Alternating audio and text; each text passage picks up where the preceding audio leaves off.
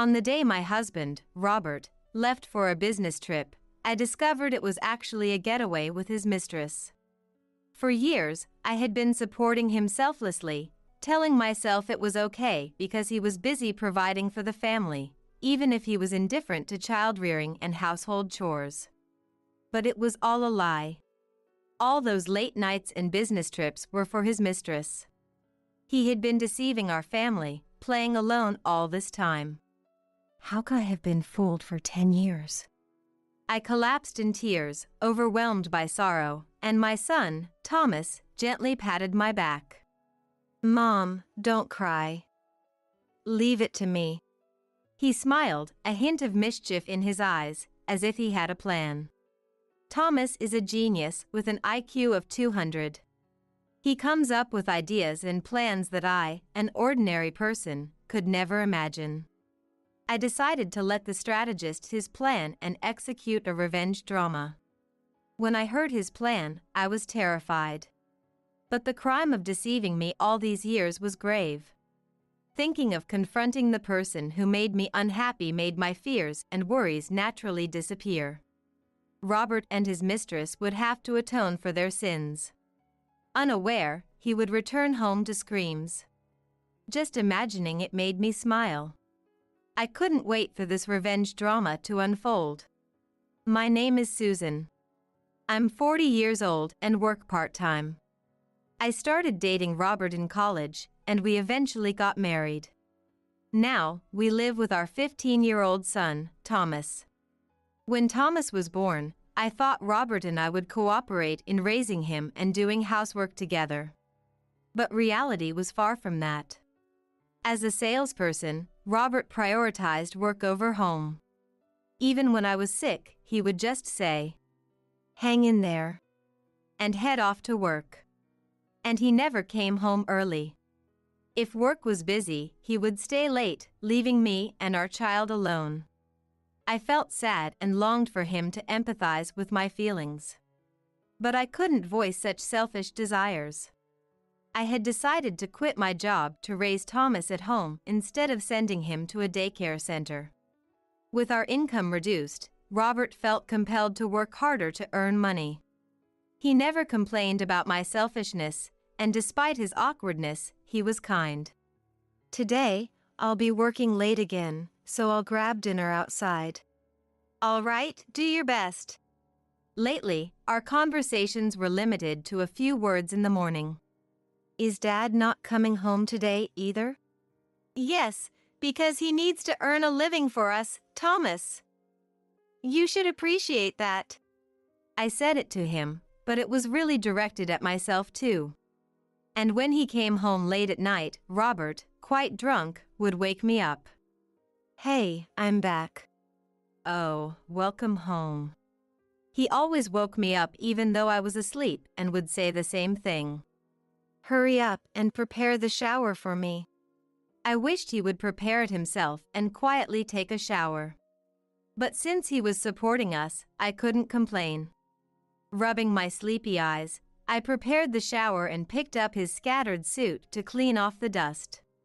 After he finished his shower, I had to clean the shower room, of course. So, I waited in the living room for him to finish and come out. "I'm done. I'm going to bed." "Good night." After finishing his own tasks, he went to the bedroom without waiting for me. Even though it was the same bedroom, I had a rule to never disturb Robert's sleep. No light leaking from the hallway, no sound of footsteps or creaking floorboards. On nights when it took a bit longer to clean the shower room, I would give up going to the bedroom and sleep on the living room sofa. In the morning, Thomas, who was usually late to wake up, would find me. "Mom, why are you sleeping here?" "Oh, wait, is it that time already?" Panicked, I got up, thinking I had overslept. But when I checked the time, it was still early. "It's okay, you can go back to sleep. I just happened to wake up early today. I thought I'd study in my room, but decided to do it in the living room to refresh myself." "Oh, you don't need to study that hard, Thomas. You're already doing great." Thomas had always been smart since he was a child. He was curious about many things and read a lot of books, always scoring perfect marks on tests. His teachers said it would be a waste for him to go to a local junior high and recommended highly ranked preparatory schools. Curious about how gifted Thomas was, I once had him take an IQ test. The result was an astonishing IQ of 200. By the way, I took the test with him and barely reached an IQ of 100. This alone made me realize how exceptional he was. Thomas, if you're interested, why don't you try enrolling in a prep school? I think I'm good. I'd prefer a junior high close to home. Commuting by bus would mean early mornings and dealing with rush hour. I'd rather get plenty of sleep. He didn't seem motivated, so he didn't enroll in a prep school. While I could appreciate Thomas's brilliance because I had taken my own IQ test, Robert didn't seem particularly interested. When I told him that Thomas had an IQ of 200, his response was a single, dismissive line. "Oh, I see." There was no fuss, just a calm acknowledgement. It was either that he didn't understand the significance compared to his own IQ or he genuinely wasn't interested, likely the latter. Since then, he hasn't shown much interest in Thomas, even up to now. It turns out that there was a reason he woke up early to study. I actually have a dream now. I've found a high school I want to attend. There's a meeting with the teacher coming up, and I wanted to tell Dad about it before then. That's why I thought I'd study until he wakes up. I see. I'm sure he will support you no matter which high school you choose. I encouraged Thomas. As we were talking, Robert woke up. Oh, Dad, good morning. I have something I want to discuss with you before the meeting with my teacher. Huh? A meeting with your teacher? Mom will go for that, so tell her. Robert showed no interest in his son's plans. I know you're busy, but this is important for Thomas's future, isn't it? I always see how he is doing, but you're often too busy to get involved. This is the time you need to be there. What? No, it's fine. I'll support Thomas in whatever high school he wants to attend. Do your best. Despite saying he'd support him, he didn't even ask the name of the school. Yawning, he responded with a dismissive nod. By the way, I'll be on a business trip for a week starting the day after tomorrow. You're saying that like it's not important. Prioritizing his schedule over Thomas's significant decision must have shocked Thomas. Without realizing his insensitivity, Robert continued to complain. And spending a week with the boss, man, that's really unlucky. I have to entertain clients and keep the boss happy, what a drag. He sighed and complained, seeking sympathy for his upcoming business trip. After venting, Robert left for work, seemingly satisfied. I then tried to comfort Thomas. Maybe he was just too busy to talk about it now. Let's try discussing it again when he gets back from the trip. No, Mom. I'd like you to come to the meeting with the teacher. Thomas had given up expecting anything from Robert. It was heartbreaking to realize that as father and son, they couldn't even talk or ask for help from each other.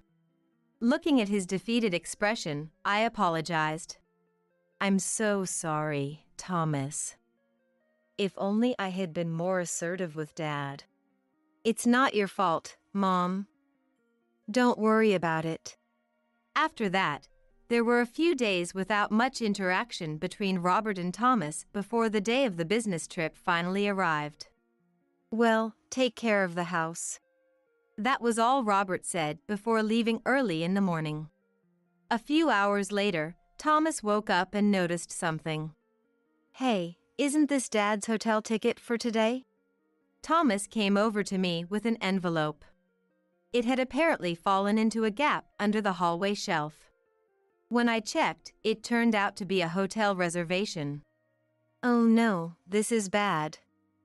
Without this, Dad and his boss will be in trouble. I decided to check the contents of the envelope to make sure the ticket was actually inside. Perhaps he had just left an empty envelope behind. I opened it and pulled out a piece of paper, reading the words aloud. 10th anniversary trip with Lisa. What? There were no hotel tickets inside the envelope, only a detailed schedule for the week, hinting at the presence of another woman. Though I was deeply shocked, I hoped it was some kind of mistake, and called Robert's office. Hello, this is Robert's wife.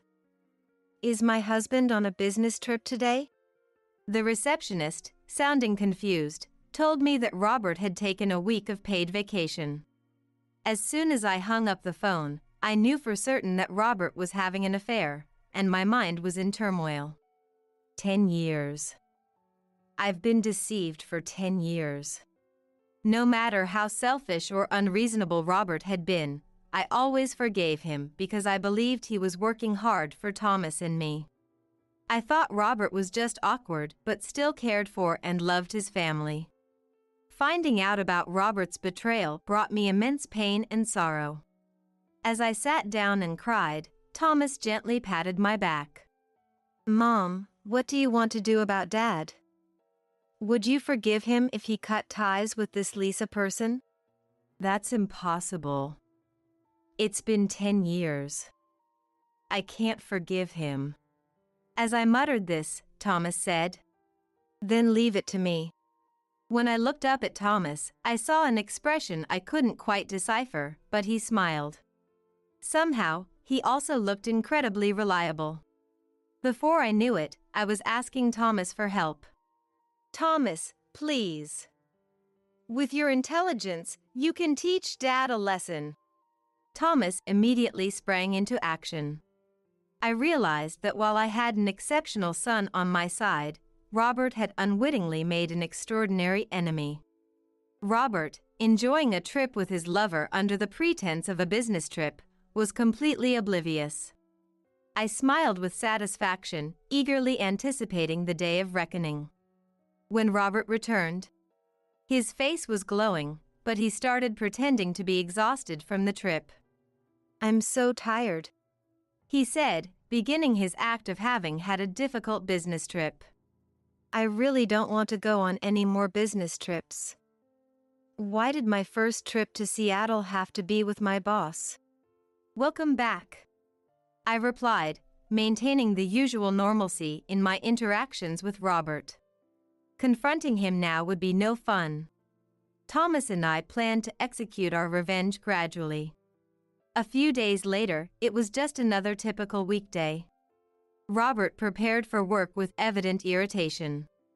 As he left, Thomas and I exchanged knowing glances and nodded to each other. That evening, Thomas returned from school. I'm home. Mom, what happened? You're badly hurt. And who is this? Oh, I just happened to be passing by and saw your son fall pretty badly. I thought I should bring him home, said the woman with him. Thomas discreetly gave me a thumbs up, signaling that the plan was going smoothly. This woman was undoubtedly Robert's lover, Lisa. Thank you so much. Please, come in. I'd like to properly thank you, I insisted, somewhat forcefully bringing Lisa into the house. Thomas and I started some small talk. I just bought a cake. Please have some. Thank you. This is a lovely home, Lisa remarked. From this comment, it was clear that she had no idea this was Robert's house, nor did she recognize our faces. I continued the conversation as planned. My husband worked hard to get a loan and buy this house. I love it, but he seems to dislike being here lately and often goes out. Really? If this were my home, I'd never want to leave. Does your husband enjoy going out that much? Lisa had conveniently opened the door for me to turn the conversation in our favor. Seizing the opportunity, Thomas said. Yeah, it seems that way. Would you like to see a picture of him? He showed Lisa a photo of Robert. She looked surprised and a bit shaken but quickly responded. He looks like a wonderful dad. After saying this, she took a sip of her tea, but her hand trembled slightly. She had finally realized that she was now in the company of Robert's wife and son. Taking advantage of the situation, she seemed to hatch a devious plan. You mentioned that your husband often goes out, right? As a wife, don't you feel lonely being left alone like that? And Thomas, you must be sad that you don't get to play with your dad. Well, yes. He's always working late, and we haven't talked much recently. I replied, hinting at the strained relationship between Robert and me. Lisa seized the opportunity and raised her voice. Wait, you don't even talk? I can't believe it. If I were you, I'd be so lonely I'd divorce him. Are you really okay with this life? She clearly wanted to drive a wedge between us and push for a divorce. She was attacking boldly. You're so beautiful. You'd find a great guy right away if you divorced him. Wouldn't it be wonderful to start a new chapter in your life? She was trying to steer me towards initiating a divorce. I decided to show her that life doesn't always go as planned. Isn't that because you want to marry Robert? I said directly, without beating around the bush. Lisa's smile instantly vanished, and she turned pale, not expecting to be caught. What are you talking about? I don't know your husband at all. Last week, meet at the bus terminal at 9 a.m. Then drive to the airport. By noon, visit tourist spots and a popular cafe. Thomas began reciting the itinerary Robert had planned. Lisa started sweating profusely, but she continued to feign ignorance. What is that? Is that a travel plan or something? She still refused to admit anything, trying to play dumb. Thomas, sensing her stubbornness, decided to provoke her further. What do you think this schedule is? Seems like a fun travel plan to me. Lisa replied, still playing dumb. But her time was running out. Thomas's next statement would force her hand. Actually, this schedule was from a trip Dad and Mom took a year ago. Dad dug it out while organizing his papers and was reminiscing about it. What? Lisa, unable to contain her anger, shouted, her face twisted in confusion and fury. Just as Thomas had predicted. Lisa, being proud and arrogant, despised hand-me-downs. Knowing that the trip Robert planned for their anniversary was a recycled itinerary from a trip with me drove her into a rage. Unable to control her emotions, she put herself in an overwhelmingly unfavorable position. Is that true?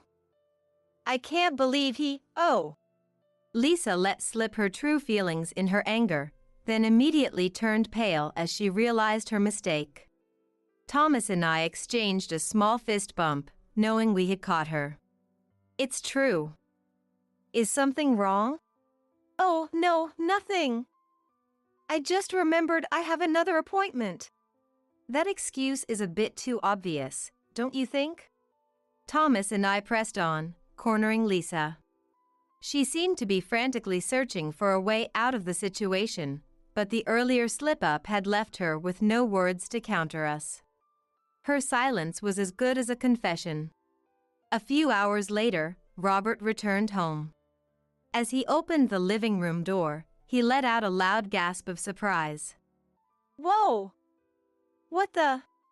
He found me, Thomas, and Lisa sitting with our heads down. In that instant, Robert knew I had discovered his affair. Welcome home. I greeted him. Robert looked back and forth between me and Lisa, visibly shaken. I then pointed at her and asked, Who do you think this is? This question cornered Robert. He had to decide whether I knew about the affair or if I had met Lisa through some other connection. He decided to gamble with his answer. I don't know. Thomas's tutor? Wrong. She's your lover, right? I said in a low, menacing voice, glaring at him. Robert immediately started apologizing. I thought I could hide it and have some fun. You met her when Thomas was still in preschool. You left all the childcare to me while you went off having fun. It must have been enjoyable, right? I said. He remained silent, staring down at the floor. A decade of infidelity wouldn't be resolved with a simple apology. I then recounted the confessions Lisa had made while waiting for Robert to come home. She told me you used baby talk with her because you envied not having a child yourself. You told her that? Robert turned red with anger and lashed out at Lisa. What choice did I have? Lisa, hoping to reduce any compensation or guilt on her part, had spilled everything. It seemed betraying him was an easy decision if it meant saving herself. And you, Robert, you bragged to Lisa about being a section chief at your company, didn't you? Are you that embarrassed about being just a regular employee? Robert had always been insecure about not getting promoted and wanted to seem important in front of Lisa. He had lied, hoping to impress her. Now, with his deception exposed to the one person he wanted to fool the most, Robert crumbled in shame. Aya! He screamed, collapsing in embarrassment. He probably wished he could disappear. I watched his agony with a sense of satisfaction. Knowing this was just the beginning. I had learned something from Lisa that would devastate Robert even more. And you told Lisa you wanted to marry her if you got a divorce, but that's not what she wants, is it? What? Robert looked up, stunned. Actually, I'm seeing someone on the board of directors right now. I was never considering marriage with you, Robert. She had urged me to divorce him so she could leave him before getting caught. She had never intended to marry him. I couldn't help but laugh. Robert, who had thought Lisa was devoted to him, was struck dumb by the revelation. What's that supposed to mean? You're ditching me because you got found out? I'm the only one who loses here. Robert yelled. He had not only been exposed for cheating on his family, but also for making embarrassing demands and boasting with lies to his lover. On top of that, his lover ran off to be with another wealthy man. He was left with nothing, making him the ultimate loser in this situation. Do you think you're the only one who's suffering? Not even a bit. This is all your own doing, I said coolly. Robert fell silent, glaring at Lisa with resentment. I treated you so well, and now you're cutting me off as soon as you get caught. This is why women are so, he muttered, griping to himself. Thomas spoke up. Dad, stop embarrassing yourself. Realize how pathetic you are, lashing out like a child. Being told by his own son that he was worse than a child crushed whatever dignity Robert had left as a father. Seeing this unpleasant side of him, Lisa muttered. Wow, I'm so glad I never planned to marry this guy. What a miserable life that would be. Lisa had another marriage lined up with a wealthy man. Speaking so casually, I decided to remind her. Don't forget, you still owe 10 years' worth of alimony. And how do you think your new lover will react when he hears about this? Of course, I won't tell him. And as for the alimony, my boyfriend is rich, so I can pay it off easily. She spoke as if her lover's money was already hers. I chose not to challenge her on that and informed her that I would be pursuing the claim through a lawyer. Lisa boasted that she would pay it all in one go. I looked forward to seeing that play out. After Lisa left, I placed the divorce papers in front of the sobbing Robert. Complaining that he didn't want to be left with nothing after the divorce, he eventually succumbed to the cold stares from me and Thomas and filled out the forms. We thoroughly checked for any missing information before turning our backs on Robert without saying goodbye. Thomas, we'll stay at Grandma's for a while, but once we've saved enough money, we'll move near your preferred school. Thank you, but don't overdo it, Mom. I'll help out once I can get a part-time job. Thomas had always been considerate of me. I vowed to ensure our new life didn't feel constrained by the divorce. When we returned to my parents' home, they were waiting up for us despite the late hour. They had prepared beds and warmly encouraged us to rest. For the next few months, they took care of both me and Thomas. A few months later, through our lawyer, we filed compensation claims against Robert and Lisa. Robert began making monthly payments, but there was no word from Lisa, despite her earlier bravado about paying it off in one go. We sent another notice, warning of legal action if she failed to pay. Finally, we received a response from Lisa through her lawyer. It turned out that when she asked her boyfriend for a large sum of money without explaining the reason, he grew suspicious and broke up with her, thinking she was only after his money. No one, no matter how wealthy, would give away money without a reason. Lisa then confessed to her boyfriend that she had been having an affair with a married man and needed the money to pay compensation. She naively believed that a heartfelt apology would earn his forgiveness. Instead, the situation worsened. Having already introduced Lisa to his family and friends as his fiancée, he was furious at the humiliation. He used his connections to get her fired from her job as a receptionist. Why? I'm sorry, I know I was wrong, but breaking off the engagement is too much. Despite her protests, Lisa's life spiraled downward. She sold all her branded goods and began making small payments towards her debt. Every day, she likely lamented how her life had turned out, walking a gray path. As for Robert, he had been expensing their trips for the last 10 years. And when this was discovered, he was hit with a massive bill from his company. Between the divorce settlement, child support, and the company's claim, he was left with nothing for his own living expenses. He grew more gaunt by the day, barely eating, and making frequent mistakes at work. Eventually, his errors caused significant losses for the company, leading to his dismissal. Now, without any income and mounting debt, Robert's life fell apart. He even tried to visit my parents' house to apologize, but my dad sent him away.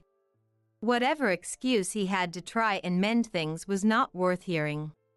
I was grateful to my dad for protecting us from Robert's selfish attempts to reconnect. Time quickly passed, and this year, Thomas will become a lawyer. Now, I can finally protect you no matter what, Mom. Back in middle school, Thomas had told me he wanted to become a pharmacist. However, the incident with Robert drastically changed his dreams. If I had studied law, I might have been able to confront Dad even more. I regret my lack of knowledge. It's embarrassing. He had been lamenting this ever since we started living at my parents' house after the divorce. What are you saying? Thanks to you, I was able to uncover the affair and get a divorce. You have nothing to feel bad about. Despite my reassurances, a few weeks later, Thomas brought me a career survey form and firmly declared his decision. I've decided I'm going to become a lawyer. I was taken aback and asked him to reconsider, but Thomas's resolve was unwavering. I want to use this experience to help many more people. So, Mom, I need your support. Seeing the determination in his eyes, I had no choice but to support him. If you're that determined, then go for it. I know you'll become an outstanding lawyer. From then on, I supported Thomas through high school and university, all the way until he could become a lawyer. And this year, he has finally achieved that goal. Watching him grow, I couldn't hold back my tears. Thomas, you were so small back then. You've grown so much." He had even surpassed me in height, and I now looked up to him. Thomas would go on to support people struggling like I had, in a profession I could be proud of. I resolved to have my own dreams and goals to work toward, not wanting to be outdone by him. Mickey got into an accident and got hurt. We're heading to the hospital in an ambulance right now. Vincent, my husband, called me suddenly, his voice frantic. He was supposed to be at work at this time. What? Is it true that he got hurt in an accident? Yes, it's true. He had a bike accident. Mickey keeps mumbling, "Come quick, Mom," over and over. My daughter, Michelle, was in the middle of summer vacation and had gone out on her bike to play with friends after having lunch. What? No way, Michelle. Michelle? Wait. Oh. The moment I mentioned Michelle's name, Vincent's previously agitated voice suddenly stopped. Then, unnaturally calm, he said, "Forget what I just said. Bye." And hung up without waiting for a reply. I was worried about Vincent's strange behavior, but more than that, I could only think about Michelle, who was supposedly hurt. I rushed out the door without even changing clothes. At that moment, I collided head-on with someone coming towards me from outside. Ouch! Mom, if you rush like that, you'll cause an accident. Good thing I was wearing my helmet. There stood Michelle, looking exactly as she did before she left. My name is Amelia Ingram, a 42-year-old working mother. After becoming a professional, I started to feel a bit out of shape, so I joined a tennis club for working adults, where I later met my husband, Vincent. I can't remember who spoke first, but before we knew it, we were dating. 1 year after we met. Will you marry me? Yes, of course. His pure, almost boyish confession of love with his star-like shining eyes completely won my heart. Nearly a year after our marriage, I gave birth to our first daughter, Michelle. Look, Mickey, Dad's home. Vincent was so doting on Michelle that it almost made me roll my eyes. Watching him, I felt warm inside, reassured that marrying him was the right decision. When Michelle entered kindergarten, her friendly nature quickly earned her friends, and she would tell us every day about what happened there. That girl is Michaela. She's very kind. That's wonderful. I hope you two become even closer. Michaela, huh? So she's Mickey too? Vincent said, laughing with a sense of affinity. Stop it. If you keep calling them both that, you'll get confused and embarrass yourself. That would be funny if it happened. Vincent laughed heartily. Since our children were close friends, we quickly became friendly with Michaela's parents. Thank you for always looking after our Michaela. Let's keep being friends. Michaela's parents, the Stewarts, were both cheerful and easygoing. After about half a year, we frequently visited each other's homes and enjoyed barbecues together during holidays. Michaela's mom, Hilda, had been in the tennis club in school and had even competed at the national level. Hilda had been curious ever since she heard Vincent's name. I thought the name sounded familiar. I always admired you. Meeting Mr. Ingram like this is a miracle. Hilda's eyes sparkled as she spoke. During my school days, I wasn't involved in sports at all, so I didn't know this, but apparently, Vincent was quite a famous figure in the college tennis community. Vincent, feeling good about being reminded of his past glory. How about this weekend? He said, mimicking a racket swing. I'd love to see Hilda play tennis. Having completely opened up to Hilda, I said that. Hilda's husband, Hilton, declined because he had to work. Well, you should go and enjoy yourself. He encouraged Hilda. Thus, we started inviting her to play tennis every weekend. Hilda, having participated in national tournaments, kept up with Vincent's agile movements, unlike me who was just building my stamina. Unable to keep up with their movements at all, I soon ran out of breath and rested alone on the bench. When Vincent won with a powerful smash. That's our Vincent. Fantastic.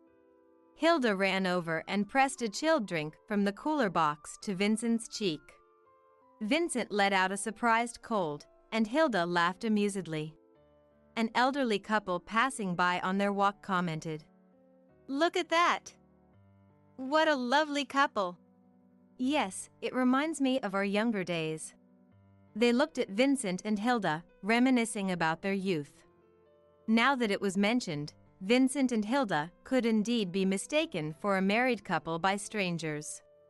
Thinking this, I felt a bit gloomy. Whether he knew my feelings or not, Vincent started going out to play tennis with Hilda whenever they could find time, even without me. "Did you go out with Hilda again?" "At least you could have invited me." Seeing Vincent's tennis bag after he came home sweating, I realized they had gone out together again. "I thought you might be tired from housework and your part-time job." I was trying to be considerate. I tried to believe this was his way of being kind. Soon, Vincent and Hilda not only played tennis but also often went shopping together and took turns picking up the kids from kindergarten. "Don't you think you're going out with Hilda too much lately?" When I confronted Vincent, he showed me a small package containing jewelry. "I was planning to give this to you on your birthday. I asked Hilda for advice on what would make you happy."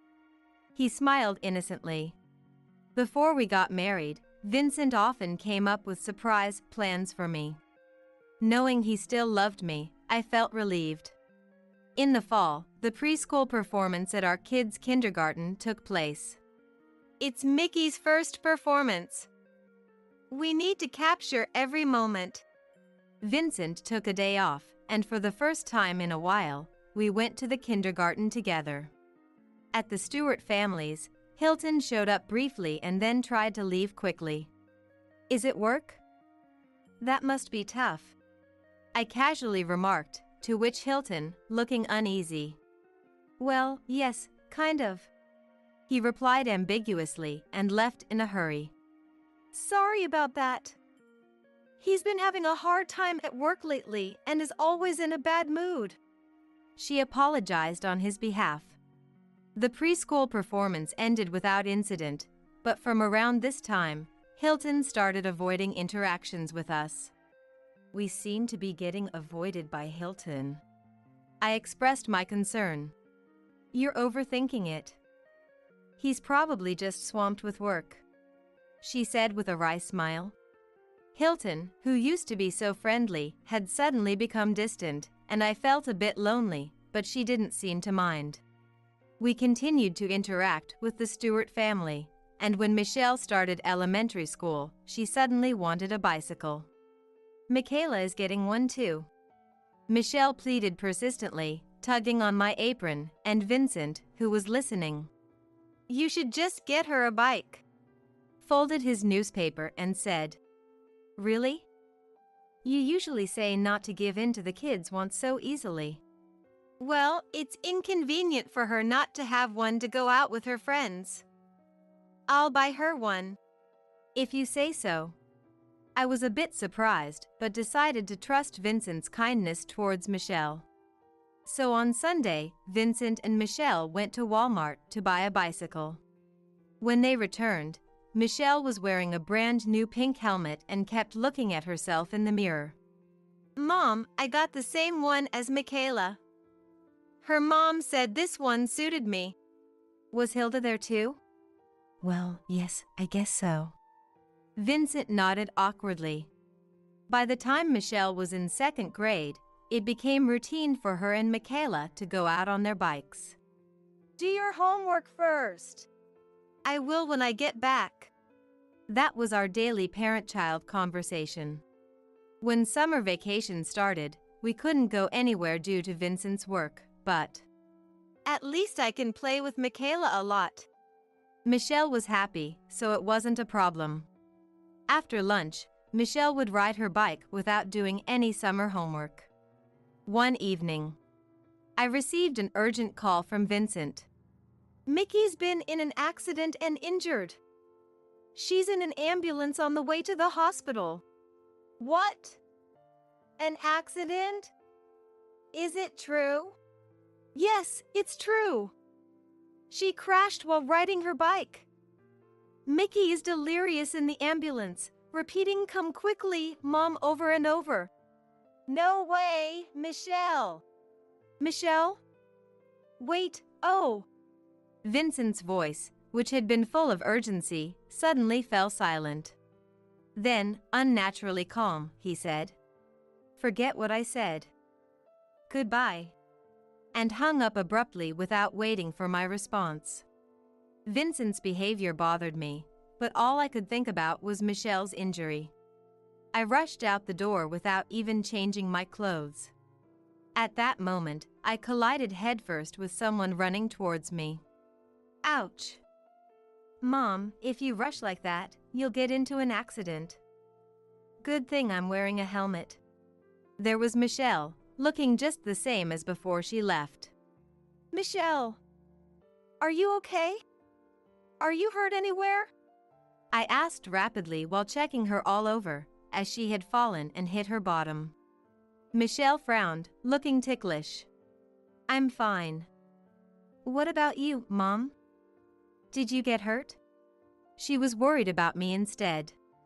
Vincent called and said you had a bike accident. What? I don't know anything about that.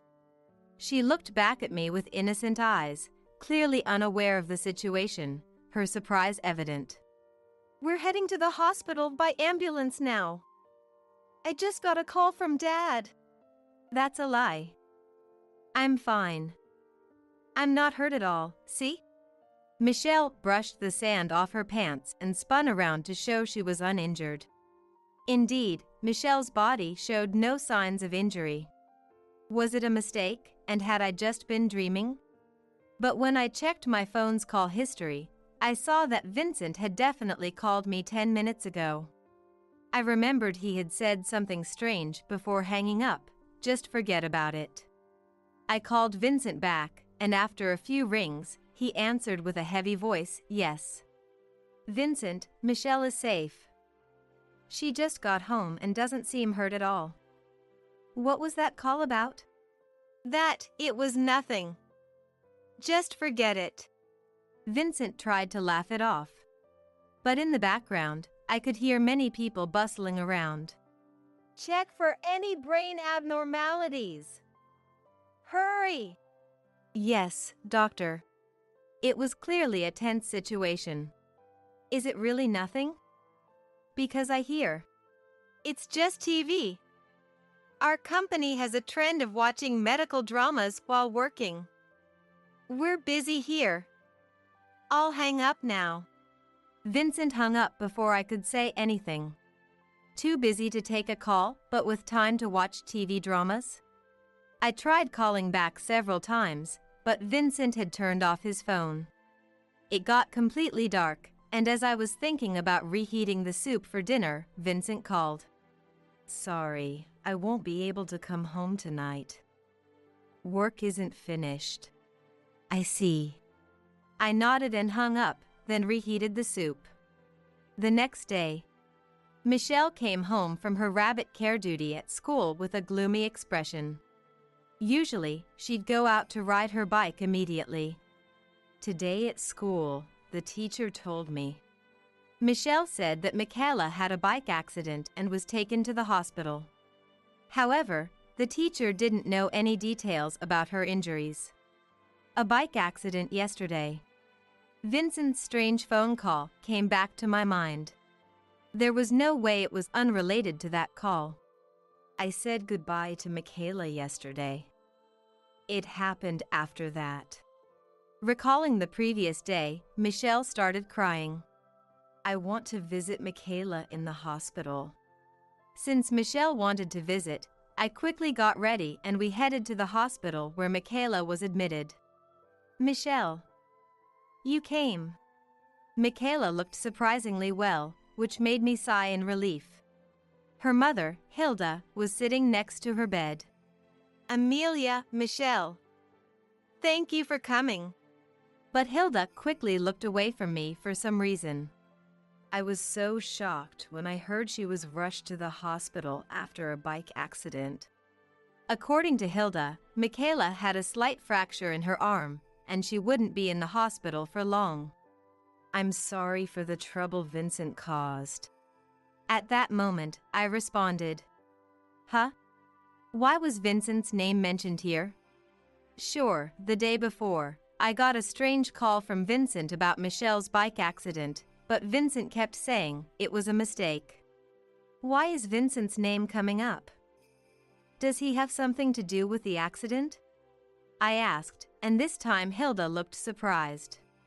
What? Didn't you hear about Michaela's accident from him? I explained that the information about Michaela's accident came from Michelle's school teacher.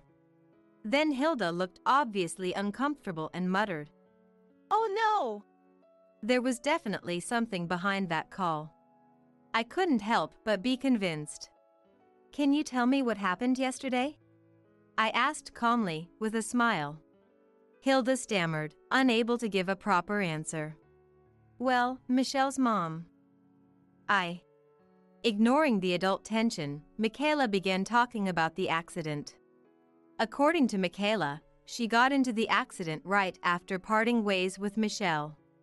Michaela saw Hilda and Vincent holding hands from a distance and tried to call out to them. Whoa! Michaela! Stop it! Hilda tried to interrupt Michaela's testimony in a panic. Go on. I'd like to hear more from Michaela. Michaela smiled cutely and said, okay, and continued. Just as she was about to call out to them, she unfortunately collided with a truck coming out from a side road. The truck had slowed down, but Michaela's light body and bicycle were easily thrown off. Fortunately, she landed on soft soil instead of concrete, and since she was wearing a helmet, she avoided serious injury. Hilda and Vincent were too far away to notice her accident. Later, Hilda turned a corner and disappeared from sight after parting ways with Vincent. Vincent, who came towards Michaela, finally noticed the accident. Michelle's dad stayed with me at the hospital. Michaela recalled happily. That's good. I glanced at Hilda, who still had her head down and wouldn't look up. What's wrong, Hilda? You don't look well. Nothing. Hilda replied, her lips trembling. I should get going to prepare dinner, so I'll be leaving now. Michelle, see you. Bye, Michaela. Michaela kept smiling, but Hilda remained silent until Michelle and I left the hospital room. Michaela's mom didn't seem well. She's probably sleep-deprived from taking care of Michaela. I brushed off the question and gently patted Michelle's head. When we got home, Vincent was already there. You're home early today. Yeah. It seems that Hilda has already reported on the interactions in the hospital room that day. He seemed unsettled, like he was trying hard to think of something to say. I visited Michaela in the hospital today. Really? How is she doing? Oh. I never mentioned that Michaela was in the hospital because of an accident. She could be sick, you know.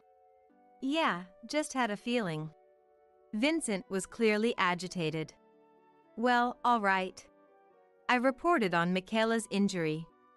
But more importantly, it seems like you know something, doesn't it? I don't know. What could you possibly mean? I pressed him about the phone call from the previous day. That was just a joke. I just wanted to surprise you. But I never imagined Michaela would actually end up in the hospital the same day. It's a lesson not to joke about such things. Now, shower time. I was so busy yesterday that I didn't even have time to take a shower. Vincent said all he could and then quickly disappeared into the shower room, almost as if to escape. I could hear him humming to the sound of the water running in the shower. All right, now's my chance. I picked up Vincent's mobile phone from the table and opened the messaging app. If my suspicions were correct, there should be some kind of clue. Vincent should be in frequent contact with Hilda, but there wasn't a single message between them in the usual messaging app. Finding this strange, I decided to check his free email app just in case. The app was locked, but I remembered something Michelle had told me before. Michaela's mom's birthday is just one day apart from Grandpa's.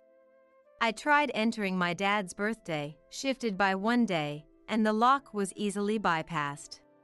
There were numerous exchanges with Hilda. Did he think using a free email address would prevent him from getting caught? The emails were filled with love words so passionate that I blushed just reading them. I heard the shower stop and quickly put his mobile phone back in its original place. Vincent came out of the bathroom, still humming, and checked his phone for any new emails. Are you expecting an email from someone? No, it's just work. Vincent instinctively tried to hide his phone behind his back, unaware that it was already too late.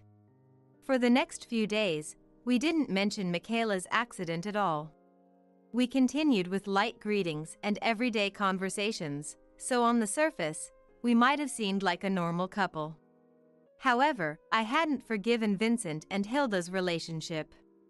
In fact, my true feelings were quite the opposite. I wanted to sever ties with Vincent and leave this house as soon as possible. The only reason I maintained this facade was for Michelle's sake.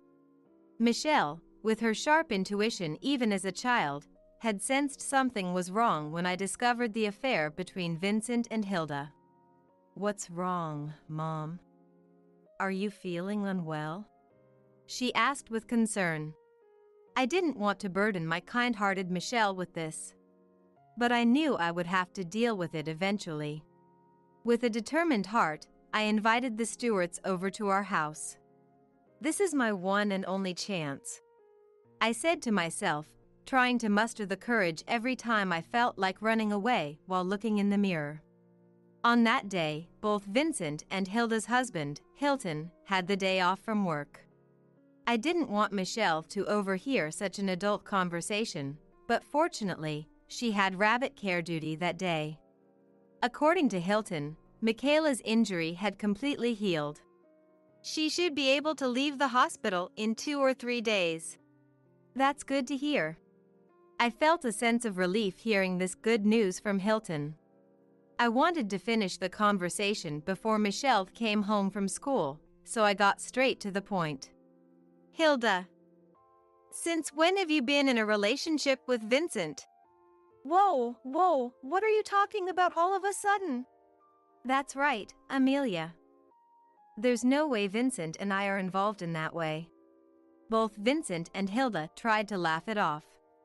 I swiftly grabbed Vincent's phone from the corner of the table, skillfully opened his emails, and began reading the exchanges between him and Hilda. This is undeniable proof. Can you explain this? You! When did you? It's incredibly rude to snoop through someone else's phone without permission. Exactly. Even between spouses, looking through each other's phones without permission is a violation of privacy. Both of them ignored their own actions and solely blamed me. So, you admit the relationship? When I said that, they fell silent. No matter what they said, the fact of their affair wouldn't change. They both seemed to realize this. After a while of silence, Hilton, who had been quiet until then, stood up. There is more evidence. He scattered dozens of photos on the table from his bag. What is this? Hilda panicked and started to collect the photos in a hurry, but I managed to snatch a few from her before she could. The photos showed Vincent and Hilda entering and exiting a hotel. In all the photos, they were wearing different outfits. This meant the photos were taken on different days. They had not met just once, but had been frequently meeting at the hotel. Have we been followed all this time? Hilda glared at Hilton with a devilish expression. I'm busy with work. There's no way. He calmly denied it. In reality, Hilton had noticed their relationship earlier than I did. He had secretly hired an investigator to look into them without Hilda knowing. Even after the affair became obvious, Hilton couldn't pursue it because the kids were close friends, and in case of divorce, custody usually favored the mother. But Amelia, when you asked me to come with Hilda today, I knew this day had finally come. Hilton realized he couldn't overlook the affair any longer, so he brought the investigator's report and evidence photos with him. Vincent and Hilda, unable to deny it any longer, finally admitted their affair. They had bonded over tennis and started contacting each other even when I wasn't around. Initially, it was just a relationship between parents with kids, without any deeper feelings. However, over time, romantic feelings developed between them. I can't explain it well, but I couldn't get her out of my mind. I feel the same way, Vincent. Their embarrassing statements, without a hint of shame, made me question if they were really parents. Even on the day Michaela had her accident, they were on their way back from the hotel, trying to avoid being seen by acquaintances. Hilda had turned the corner first, unaware of Michaela's presence.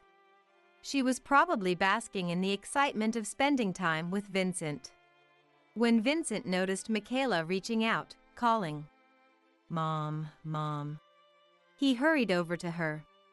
A truck driver was already there, and an ambulance had been called. When the ambulance arrived and they climbed in, Michaela once again said, "Mom, come quickly," so feeling sorry for her, Vincent took out his mobile phone. However, in his agitated state, Vincent mistakenly called me instead of Michaela's mother, Hilda. The moment I said Michelle's name, Vincent realized his mistake. But he couldn't think of a good excuse on the spot, so he abruptly ended the call with, "Forget it." Vincent says he doesn't even remember why he made such a clumsy excuse. He quickly contacted Hilda, and when she arrived at the hospital, Vincent left the room. He was wary that I might hear the news somewhere and visit the hospital. But as he approached home, he couldn't think of a good way to explain it to me, so he stayed in a business hotel that night, citing work as the reason. What's done is done. I've decided. I'm going to marry Hilda. Thank you, Vincent. I'm happy too. I was too stunned to say anything. Is that truly how you feel? Hilton asked in a low voice, tinged with anger. Yes, I've made up my mind. Since our affair has been exposed, there's no need to meet in secret anymore, so I'm going to think positively. Don't think you both can get away with this. If you're serious, we have our plans too. I exchanged a look with Hilton, and he nodded firmly, understanding my intent. Yes, I'll fight this with everything I've got. I have a friend from college who's a lawyer. I'll consult with him. Do as you please. Our love won't change. He brazenly pulled Hilda's shoulder close. I waited for Michelle to return and stayed in a hotel that night. The next day, I took Michelle to my parents' house until the divorce was finalized. At first, Michelle was happy, saying, "I can play with Grandpa and Grandma." But when she realized she couldn't see Vincent, she lost her cheerfulness. Later, Vincent and I finalized our divorce. With the help of the lawyer Hilton introduced, I secured alimony and child support from Vincent. At the same time, Hilton and Hilda also finalized their divorce, receiving similar settlements. Even in such a predicament, I can be with my beloved Hilda. I'll cover the alimony and child support, he proudly said. Can't I live with Dad anymore? Michelle cried every night, missing his dad. I'm sorry, Michelle. All I could do was hold her close and comfort her. After the divorce, I moved with Michelle into a small apartment, and Hilda moved into Vincent's house. Though they initially rejoiced, thinking they could be together without any worries, Vincent's parents and Hilda's parents didn't approve of their relationship. My usually mild-mannered father-in-law became so enraged that he declared he was cutting ties with him. It was only natural, given that he had betrayed his beloved granddaughter in the worst way. Still, Vincent and Hilda lived without concern for a few weeks, but rumors of their affair quickly spread throughout the town. Wherever they went, they heard voices of contempt directed at them, and eventually, they had to leave town in less than 3 months. I heard that he was feeling quite awkward at work because of the rumors about his affair. However, since they were no longer part of my life, their fate was no concern of mine. I focused more than ever on my part-time jobs to raise Michelle. I had no time to look back on the past. Occasionally, Hilton would come by to check on us, bringing Michaela along. Here's a souvenir from my recent business trip. Such fancy tea. Thank you, as always. After the accident, Michaela became afraid to ride a bike and stopped riding altogether. Still, she and Michelle played card games together in the room, just like before. Kids are much stronger than we adults think. I've decided to protect her smile no matter what happens. I feel the same way, he said with a bright, charming smile. Many years passed, and Michelle and Michaela grew into beautiful young women, fell in love, and got married. Mom, I'm home. During summer vacation, Michelle visited my apartment, carrying her newborn daughter. Next to her, Michaela was holding her own baby girl. We ran into each other at the bus terminal. We didn't realize we were on the same Amtrak. It's incredible how close you two are, getting married and having babies around the same time. I couldn't help but burst into laughter. The babies in their arms laughed along with me. I'm selling this house because I'm moving in with my girlfriend. Dad, who betrayed Mom, further hurt her. This house was in Dad's name, but Mom had contributed a significant amount of money to build it, and she loved this house.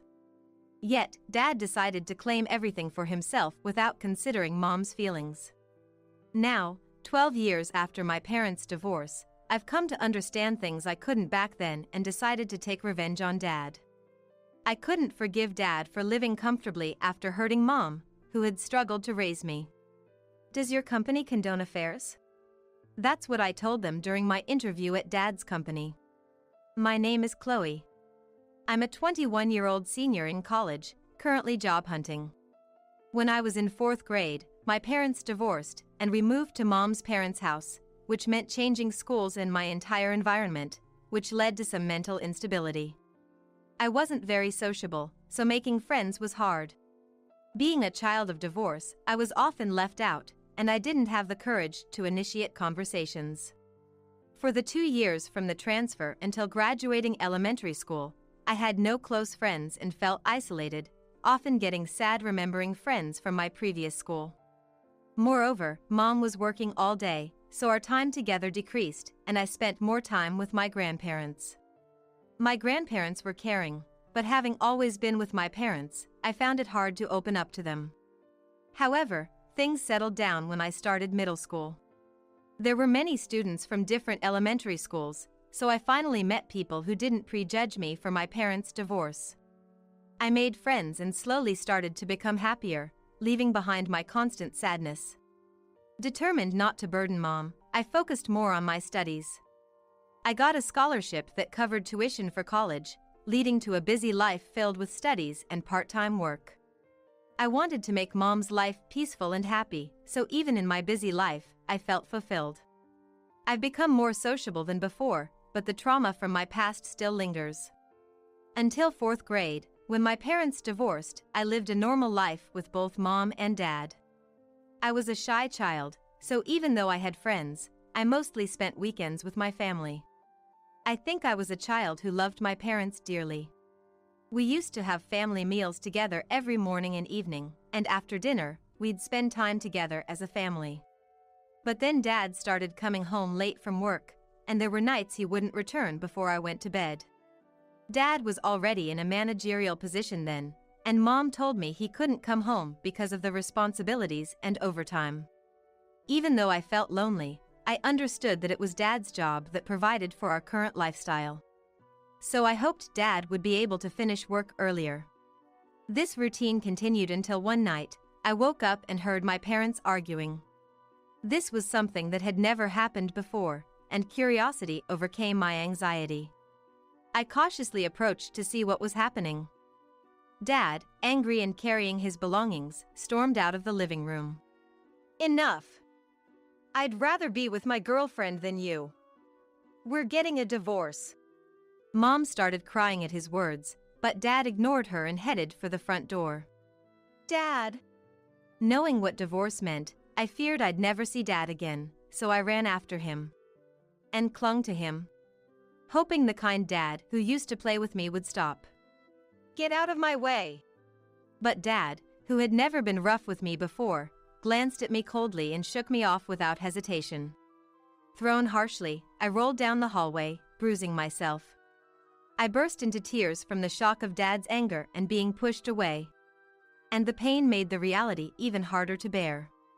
Confused about why Dad suddenly became cold towards me, I couldn't stop crying. Mom hugged me while I cried, but Dad left the house without looking back, even though I was crying. Seeing Dad leave like that, I felt abandoned and cried even harder. This incident made me afraid to trust anyone but Mom for a while, and I think it made me even more introverted. Dad never returned after that, and we continued living in the house, but a few days later, he came back. I briefly hoped we could be a family again, but that hope was quickly shattered. I'm selling this house because I'm moving in with my girlfriend. Get out. Dad showed Mom some documents. I remember this house being built when I was in first grade. Mom was delighted to have our own home. I was sure they had built it together. So Mom protested Dad selling the house on his own, but since it was in his name, she had to give up. Thus, Mom and I were forced to move to her parents' house. As a child, I was not privy to the dealings between Mom and Dad that followed. However, I often wondered why Mom worked so hard, even though she probably should be receiving compensation and child support. I assumed part of her effort was for my sake, but I thought we would have more financial leeway if Dad had been paying child support. Curious, I asked my grandparents about it during high school. I thought Mom wouldn't want to tell me, and it must have been a painful topic for her too, so I couldn't ask her. According to my grandparents, it seemed Dad had fled without paying any alimony or child support. Mom had contacted him numerous times about the missing payments, but after he became unreachable, she decided to prioritize our future and let it go. As I suspected, their divorce was due to Dad's infidelity, confirming that he had betrayed our family. Hearing this from my grandparents, I understood why Mom worked so hard and felt a surge of anger towards Dad. Mom, it seemed, had given up pursuing Dad further and hadn't even tried to find his address to urge him to pay for alimony or child support. Though I was angry with Dad, who didn't seem to have much remorse, my desire to ease Mom's burdens quickly overshadowed it. I wanted to make sure Mom, who always prioritizes me over herself and is busy from morning till night, could have some time to relax. I've always thought that Mom should take more care of herself. Using my anger towards Dad as motivation, I doubled down on my studies, aiming to land a good job to assist Mom. The thought of Dad living carefree was frustrating, but I tried not to dwell on it, focusing instead on our current life, just like Mom. As a university student beginning to think about job hunting, I was organizing our storage to create a better resume. I hoped to recall past experiences for my self-promotion. While sorting through storage, I found letters from friends before I transferred schools in elementary, immersing myself in memories. Then, I came across an unfamiliar box. Curious, I opened it and found it contained documents from an investigation into Dad's infidelity. I was shocked to find these hidden away. Though I had tried to stop thinking about Dad, I still wanted to know what had happened between my parents. Compelled, I began to read the documents. As I read the story in more detail than what I heard from my grandparents, my desire for revenge against Dad grew. My grandparents probably had chosen their words carefully or didn't know the full extent. Reading further, I realized Dad had done worse things than I had imagined. He had been unfaithful for longer than I thought, and it seemed he hadn't even tried to hide his late nights from Mom. His affair was with a woman 6 years his junior, who had had a difficult life herself. After a car accident left her mom dead, she had been working since she was a student because her dad had after effects. Despite having a more challenging life than mine, how could she not feel remorse for destroying a family? In the evidence photos of the affair, the woman walking arm in arm with Dad was visibly pregnant. I couldn't help feeling disgusted seeing the two of them looking so content together. To anyone unaware, they would seem like a happy couple. Yet in reality, they were two people who didn't care about the misery they brought upon Mom and me. I had tried not to dwell on my anger towards Dad, but seeing this, it was impossible. I felt an overwhelming urge to make them suffer, but I managed to hold back. I thought about how Mom would be saddened if anything happened to me and about the potential future of their child, who must be around middle school age by now, 12 years after the divorce. I couldn't forgive Dad and his mistress, but acting on my emotions would only harm their child, causing them the same pain I endured. I didn't want to stoop to Dad's level, and that thought stopped me. However, the anger was too strong to ignore. A few days later, on a weekend, I decided to visit the house mentioned in the investigation report. I doubted they would still be there after all this time, but I needed to check. Upon arrival, I found the house no longer existed, which left me with mixed feelings of disappointment and relief. I had wanted to confront Dad about his affair and ask about Mom, but the thought of actually meeting him was nerve-wracking. As I was walking away, convinced I would never meet him and that I should forget him, I noticed a nameplate with Dad's name. I stopped, startled. Trying to convince myself it was probably someone else, curiosity led me to observe the house more closely. It was a spacious family home with a play area for children. Being a weekend, I could faintly hear children's voices. If Dad had remarried his mistress after the divorce, it wouldn't be strange if they had a family. The thought was suffocating, and as I watched the front door open and children come out, I moved to a spot farther away to continue observing. Then, the parents followed, and despite looking older than in the photos, I recognized them as Dad and his mistress.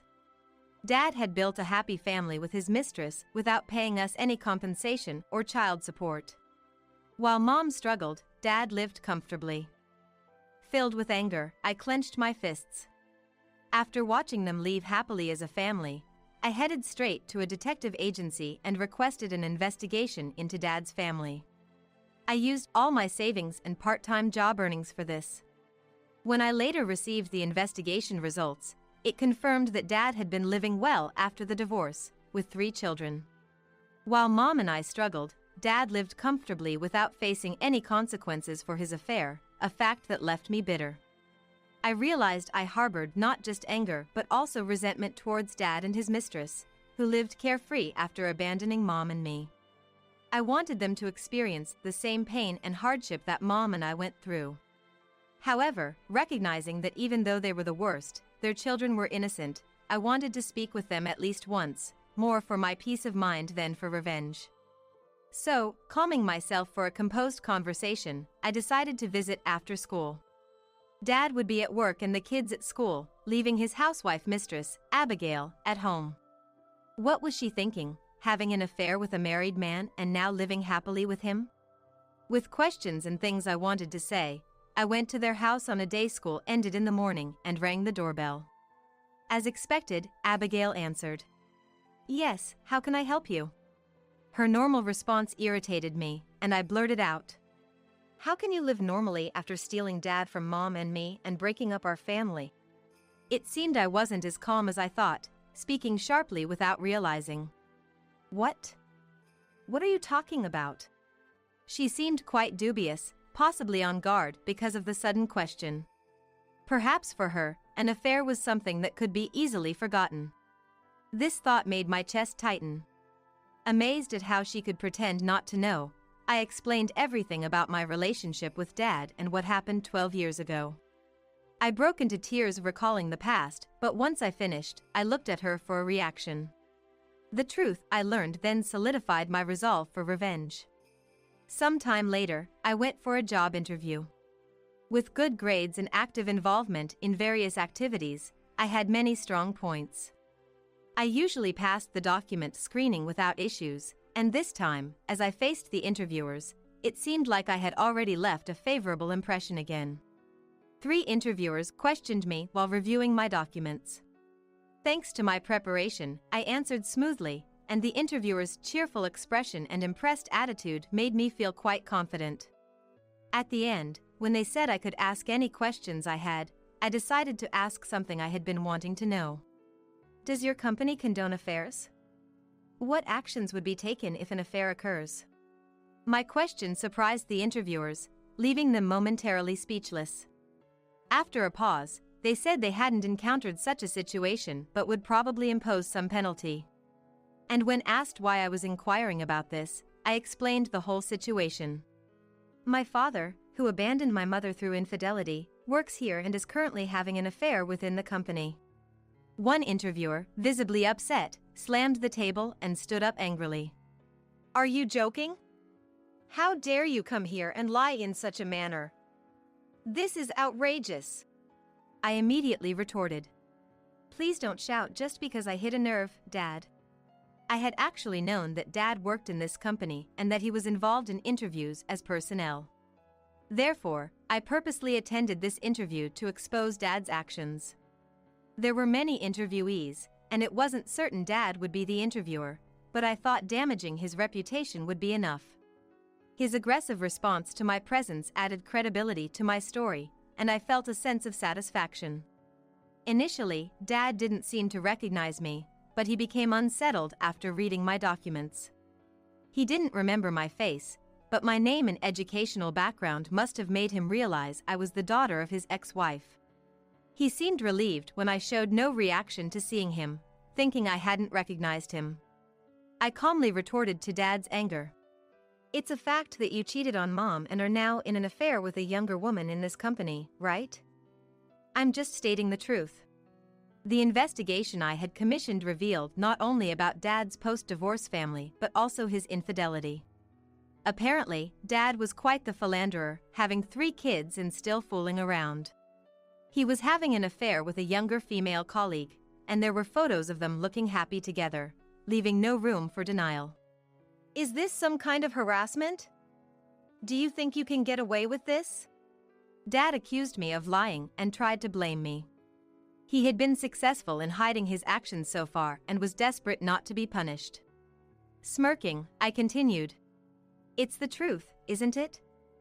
I wanted to know what the company thinks about having such a person in a responsible position. Dad wanted to make me look bad, but that wasn't going to happen. The other 2 interviewers, having witnessed our exchange, looked displeased. I showed them the final piece of evidence. By the way, this is the report on Dad's infidelity. I trust you will review it and take appropriate action. Dad tried to dismiss what I said in a panic, but I handed the investigation report to the other interviewers, asking them to address the affair.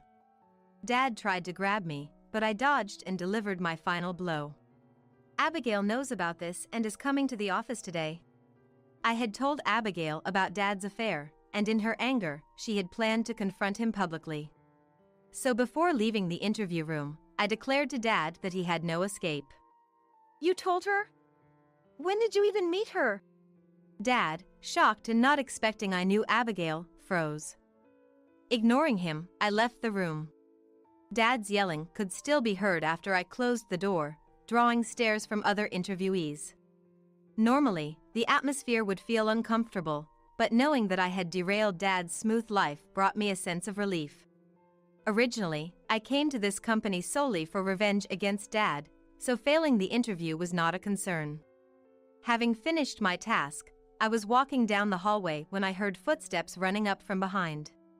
Turning around, I saw Dad, his face red with anger, charging at me to throw a punch. Surprised, I managed to dodge and avoided injury, but I stumbled and fell. Looking down at me, Dad shouted angrily, "What have you done? If it weren't for you." As Dad tried to hit me again, I braced myself, unable to evade, and covered my head with my arms, preparing for the impact. However, before he could strike, Dad froze. "What are you doing to Chloe? And what's this about an affair? You told me you were single, but you've been deceiving me." Abigail had arrived, startling Dad. She swung her bag at Dad, who was ready to strike me, hitting and shielding me from him. "Abigail, it's not what you think." Dad panicked at Abigail's arrival, but as Abigail, angered and feeling deceived, started to confront him, they began to argue. Abigail, while shouting in anger, hit Dad with her bag, causing a major commotion.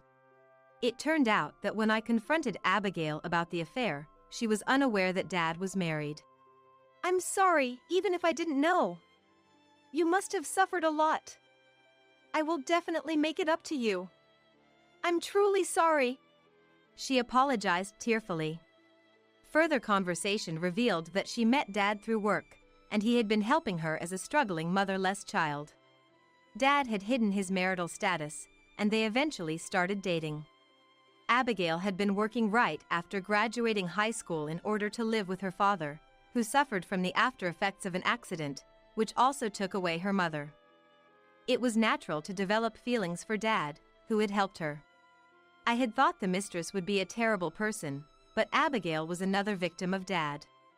Apparently, Mom had never asked Abigail for compensation or even contacted her, and until now, Abigail was unaware of Dad's misdeeds.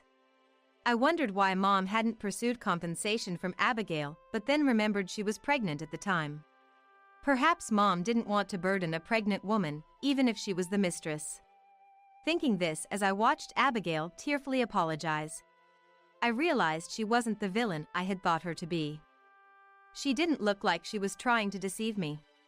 So, I told her about Dad's current affair with a coworker. The investigation report included evidence of Dad's ongoing infidelity. I thought that Abigail, being a victim herself, deserved to know about Dad's current actions. When I showed her the documents, she became furiously angry at Dad. "He lied about being single, married me, and now this? What kind of person is he? I will never forgive him." Her anger towards Dad, the betrayer, ran deep, and together we decided to take revenge on him. Originally, I had applied to Dad's company and was already scheduled for a second-round interview. So, on the day of the interview, Abigail and I had planned to go to the company and publicly denounce Dad. The two caused quite a scene in the company hallway, with other male employees restraining Dad and security arriving. I took Abigail's hand and led her out of the company after the commotion. Many people had gathered around due to the noise. Among them, I spotted the woman from the investigation photos, hiding in the shadows with a petrified look on her face. My revenge was complete by exposing Dad's misdeeds, which had been hidden until now. Subsequently, Dad, who was on the verge of becoming a department head, got demoted to a regular employee due to the affair. Since most of the situation became known during the chaos in the hallway, he seems to be working with a sense of humility. He used to have a reputation as a family-oriented and capable supervisor, but when Dad's bad deeds became known within the company, he was branded the worst man and was treated coldly. The woman Dad had an affair with apparently quietly resigned from the company. Additionally, Abigail demanded compensation and child support from Dad and informed him of her intention to divorce. With the company's cooperation, Dad couldn't escape paying. During the divorce mediation, Abigail discovered that Dad had not paid any compensation or child support to my mom, and also learned of his gambling habits in addition to spending money for his lover. Though he claimed it was occasional, he had been deceitfully spending family savings on gambling. Abigail, further enraged by these revelations, successfully demanded a higher amount of compensation and child support from Dad. Dad tried to deceive until the very end and was very reluctant about the divorce and compensation, so the mediation didn't end quickly. But Abigail persistently questioned Dad, and the commotion became known even to those outside the company who were unaware of the chaos at the office. Consequently, acquaintances of Dad who were unaware of the situation gradually distanced themselves from him. Dad became completely isolated as a result. After the divorce, Abigail offered me a part of the compensation as an apology. This might not be enough to make amends, but I hope you'll accept it as an apology for the trouble I've caused. However, since I had kept my revenge against Dad a secret from Mom, I declined the money. Abigail, you're also a victim of Dad, and the children need the money more. Please keep it for them. Mom seemed to have put her past with Dad behind her, so I had no intention of bringing it up again. I thought that Mom, who must have suffered a lot, wouldn't want to remember it anymore, even after Dad received his comeuppance. I didn't harbor any resentment towards Abigail or her children, who were also victims of Dad. Instead, I frequently visited them, concerned about their well-being as a single-parent family. The children and I grew close. And I hope they grow up righteously, unlike Dad. Getting to know Abigail better, I realized she was naturally calm and not the type to raise her voice. The stark contrast to the woman who had fiercely confronted Dad in the company made me reconsider Mom's strength during the divorce. Later, I successfully got a job at my preferred company and shared the news with Mom, who was overjoyed at my growth. Seeing her happiness made me feel content. And without the shadow of Dad, I truly relished the moment. Determined to reduce Mom's burden, I geared up for my new job. I may never forgive Dad for his actions, but he's already received his just desserts. Now, I want to live happily, not worrying about Dad anymore. My daughter Emma was getting married, and we were off to a family meeting. When we entered the designated room, Phil Henry and Mil Lauren were already seated. They looked like they were in the middle of a conversation, smirking unpleasantly. Looking at the table, I noticed that only 3 settings were prepared on our side. I realized this was their sly way of harassing us. "Please, take a seat." "Oh, just the 2 of you?" "We're a single-mother household," I replied, lifting the corners of my eyes, trying to stay calm. But Lauren let out a mocking laugh. "Oh, that's right. Maybe you should take this in a food storage container? Single mothers are poor, right?" Lauren covered her mouth, trying to suppress her laughter. Despite her harsh words, I kept my expression unchanged. Seeing enough, Emma tapped my shoulder. "That's awful. Mom, let's go." "Why leave?" "If it means you, who've sacrificed everything for me, have to suffer, I'd rather not get married." Touched by Emma's kindness, I smiled. "It's okay. Just wait a bit." Then, an employee came from behind with a food storage container. "Here, please take this home," he offered to Lauren. Henry and Lauren were taken aback, stunned. "If being poor is about low income, please, take it." "Huh?" "My name is Rachel. In my 50s, I feel like I've reached the midpoint of my life, living in a slightly spacious single-family home with my daughter, Emma. When Emma is at school, I sometimes feel a pang of loneliness in the quiet of our living room. That's when I make it a ritual to prepare 2 mugs of tea, one for me and the other for my late husband, Nathan. Pouring tea for Nathan and imagining he might be with me brings comfort. Nathan was diagnosed with cancer about 20 years ago and passed away suddenly as we were about to start his treatment. On his deathbed, he implored me to take care of Emma. She must become someone admirable. At that time, Emma was too young to remember much about her dad. To fulfill my promise to Nathan and to prevent Emma from feeling lonely or sad, I raised her single-handedly, balancing work, household duties, and parenting. Despite being a single mother, I managed to send Emma to college. Emma grew up to be academically excellent, beautiful, and a genuinely kind and wonderful woman. She's my pride and joy. After graduating, She got a job and started living on her own. I can't always rely on you, Mom. It's time I do something in return for what you've done for me. Don't worry about me, just do your best. Eat properly, don't stay up too late, and… Come on, I'm not a child anymore. What are you saying? You'll always be my precious child. The night before she moved out, Emma and I stayed up late, talking about the past, the future, and about her dad. We never ran out of memories to share, losing track of time.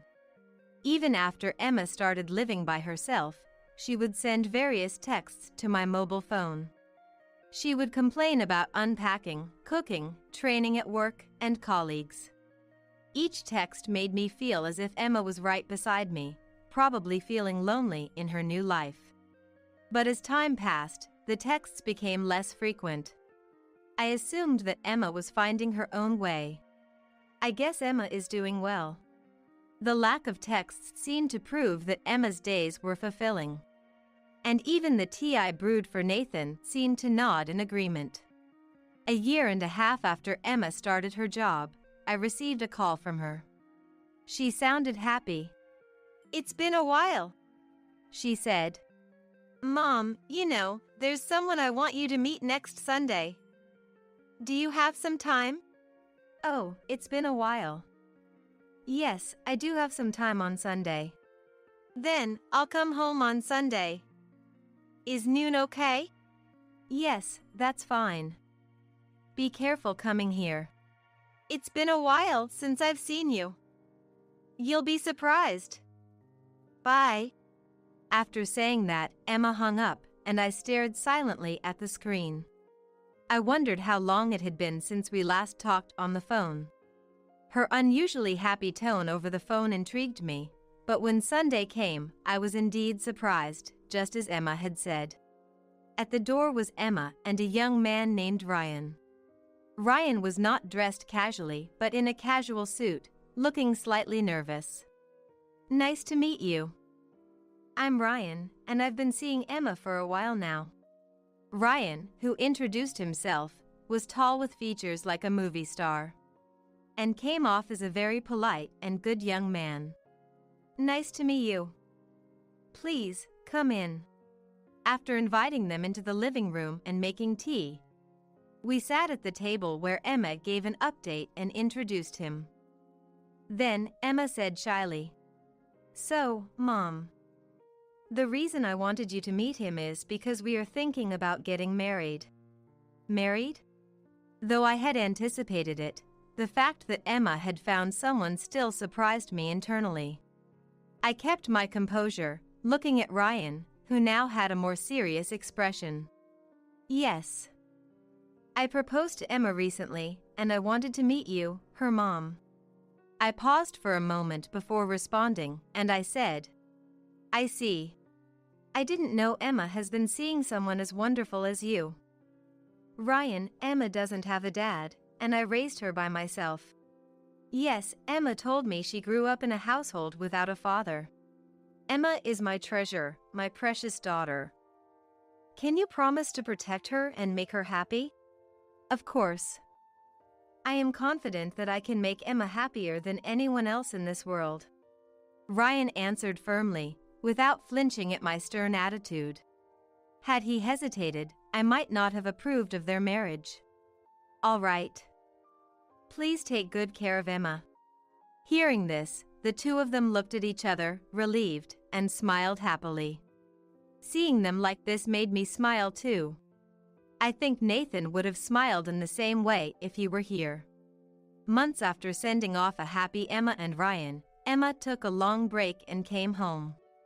She happily talked about her work and Ryan, but occasionally she looked troubled. When asked, she'd quickly change the subject, saying, It's nothing, Mom. Whenever Emma wants to talk about something or lies, she shrugs her shoulders. This time, Emma did it again, so I was sure something had happened. Hey, Emma. How about we try that new place? It's a brand new cafe here. I showed her the screen of my mobile phone. Her eyes lit up at the sight of the cafe. Ah, I wanted to go there. The coffee is popular, everyone at work says it's good. Then it's settled. The next day, Emma and I walked to the cafe. After ordering coffee to go, we walked for a while. Mom, thank you for accepting my marriage with Ryan. He seems sincere. Take good care of each other, Emma. When we reached a large park, Emma started to talk. Actually, I went to the in-laws' house. I feel like I'm not well liked by them. Emma's story went back a month. When she visited the in-laws' house, Henry and Lauren seemed skeptical at first glance. Nice to meet you, I'm Emma. I'm dating Ryan. Hey, Ryan. Are you sure about her? Lauren interrupted Emma's greeting. What do you mean? Well, she looks rather plain, doesn't she? Her clothes, her makeup, it all screams poverty. She doesn't match you at all.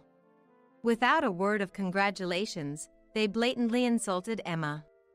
Mom, that's rude. You shouldn't talk about my girlfriend like that. Don't you think so too? Lauren sought agreement from Henry, who was sitting next to her, and Henry nodded in affirmation. Ah. Is your family that poor? Do your parents work? My mom works, and my dad passed away when I was young. Single mother, huh? I figured as much. Henry said with a strangely satisfied look and scoffed. Dad? It must be for the money. We come from a respectable family. You should stay away from a woman like that. How can you say that? Emma is not like that. I know her best.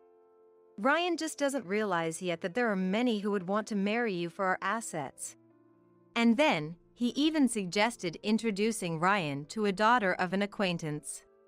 Lauren agreed with this proposal, pleased with the idea. That would be better. After all, we know someone respectable who works for a major company. Not a match for a single mother's family. Don't you think so, Ryan? Seeing Lauren happily agree, Ryan raised his voice.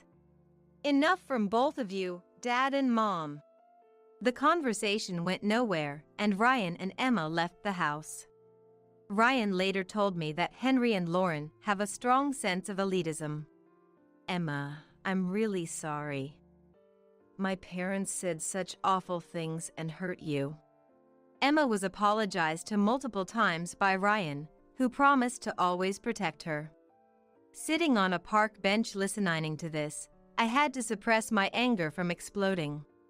So, what do Ryan's parents say about the marriage? Last week, we went to their house again. We faced some snide remarks, but Ryan convinced them, and they agreed to our marriage. Are you okay with that, Emma? Emma bit her lip and shrugged. Yeah, it's okay. We won't be living with them, and I can endure it. Is that so? It was clear that the relationship between Ryan's parents and Emma was strained. Even with Ryan's protection, there would be limits. Knowing they would face hardships, I wished I could advise them to reconsider the marriage. But having already given my blessing, I couldn't say that.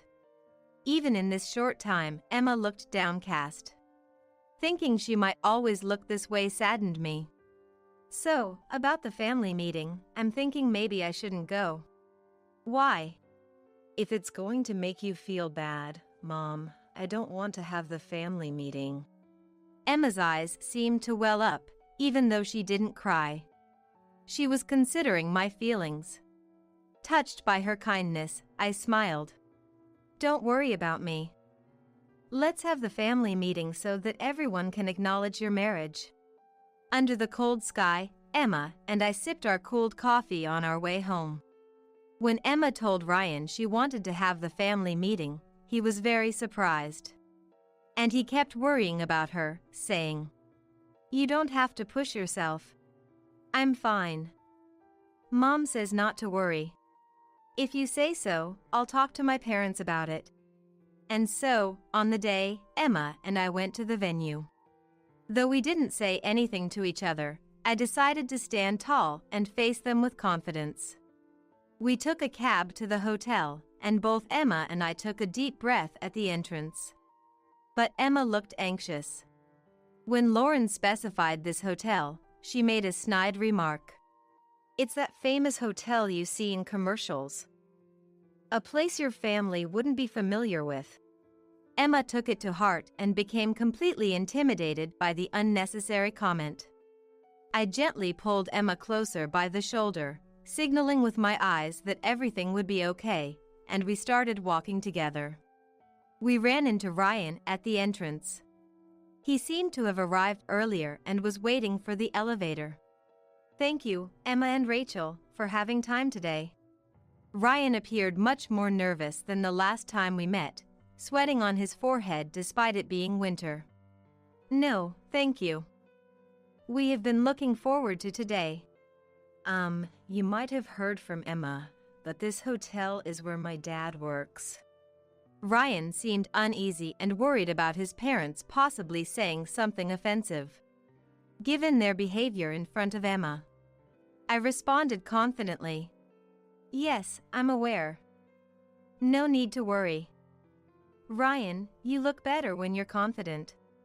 As Ryan looked up, the elevator doors opened, and we stepped in, riding up to the higher floor.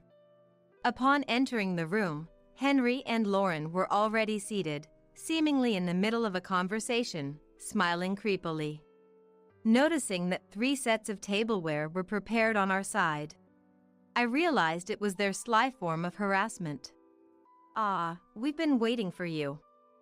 Please, have a seat." "Oh, just the 2 of you? We're a single-mother household," I replied, lifting the corners of my eyes, trying to remain calm. But Lauren let out a mocking laugh. "That's right. Maybe you should take this in a food storage container? Since you're poor." "Huh? Single mothers are poor with low income, right?" "That's right. The income of a single mother is predictably low." Lauren covered her mouth, trying to hold back her laughter. Despite their harsh words, I remained expressionless. Unable to stand it, Ryan cried out, "Dad, Mom, stop it. This is too disrespectful." At that moment, Emma tapped my shoulder. "That's awful. Mom, let's go." "Why?" "If having me means you suffer, Mom, I'd rather not get married." Hearing this, Ryan turned around in surprise. "Emma." While watching them, I clearly said, "It's not necessary. Just wait a moment." Then, an employee came from behind with a food storage container. "Here, please take this home," he offered to Lauren. Henry and Lauren were taken aback, stunned. "If being poor is about low income, please, take it." "Huh? At least Rachel is far from poor," I firmly stated, and the employee, with efficient movements, placed the container down and stepped back, leaving Henry and Lauren outraged. "Is this some kind of disrespect? That's it. You're fired. Both of you, please calm down. She's been a friend of mine since childhood. The rudeness is on your part." The employee turned back to me, smiled briefly, and said, "The division manager always seems so busy." "Division manager?" Lauren and Henry gasped, tumbling out of their chairs like in a cartoon. Henry was sweating not just on his forehead but all over his face. Though it wasn't my intention to hide it, I am the daughter of the president of the group company that owns this famous hotel. I've worked for this company for many years, continuing even after getting married without resigning. When I was pregnant with Emma, I took the same maternity leave as other employees and raised Emma while working in Nathan's stead. By the time Emma entered college, my efforts were recognized, and I was promoted to division manager, unbeknownst to Henry and Lauren. "Are both of you okay?" I addressed Henry and Lauren with a composed voice as they lay sprawled on the floor. Today, we came here for the family meeting regarding the marriage of my precious daughter and Ryan. It seems you have had quite a bit to say to my daughter. I glared at them, causing Henry and Lauren to tremble and shrink back.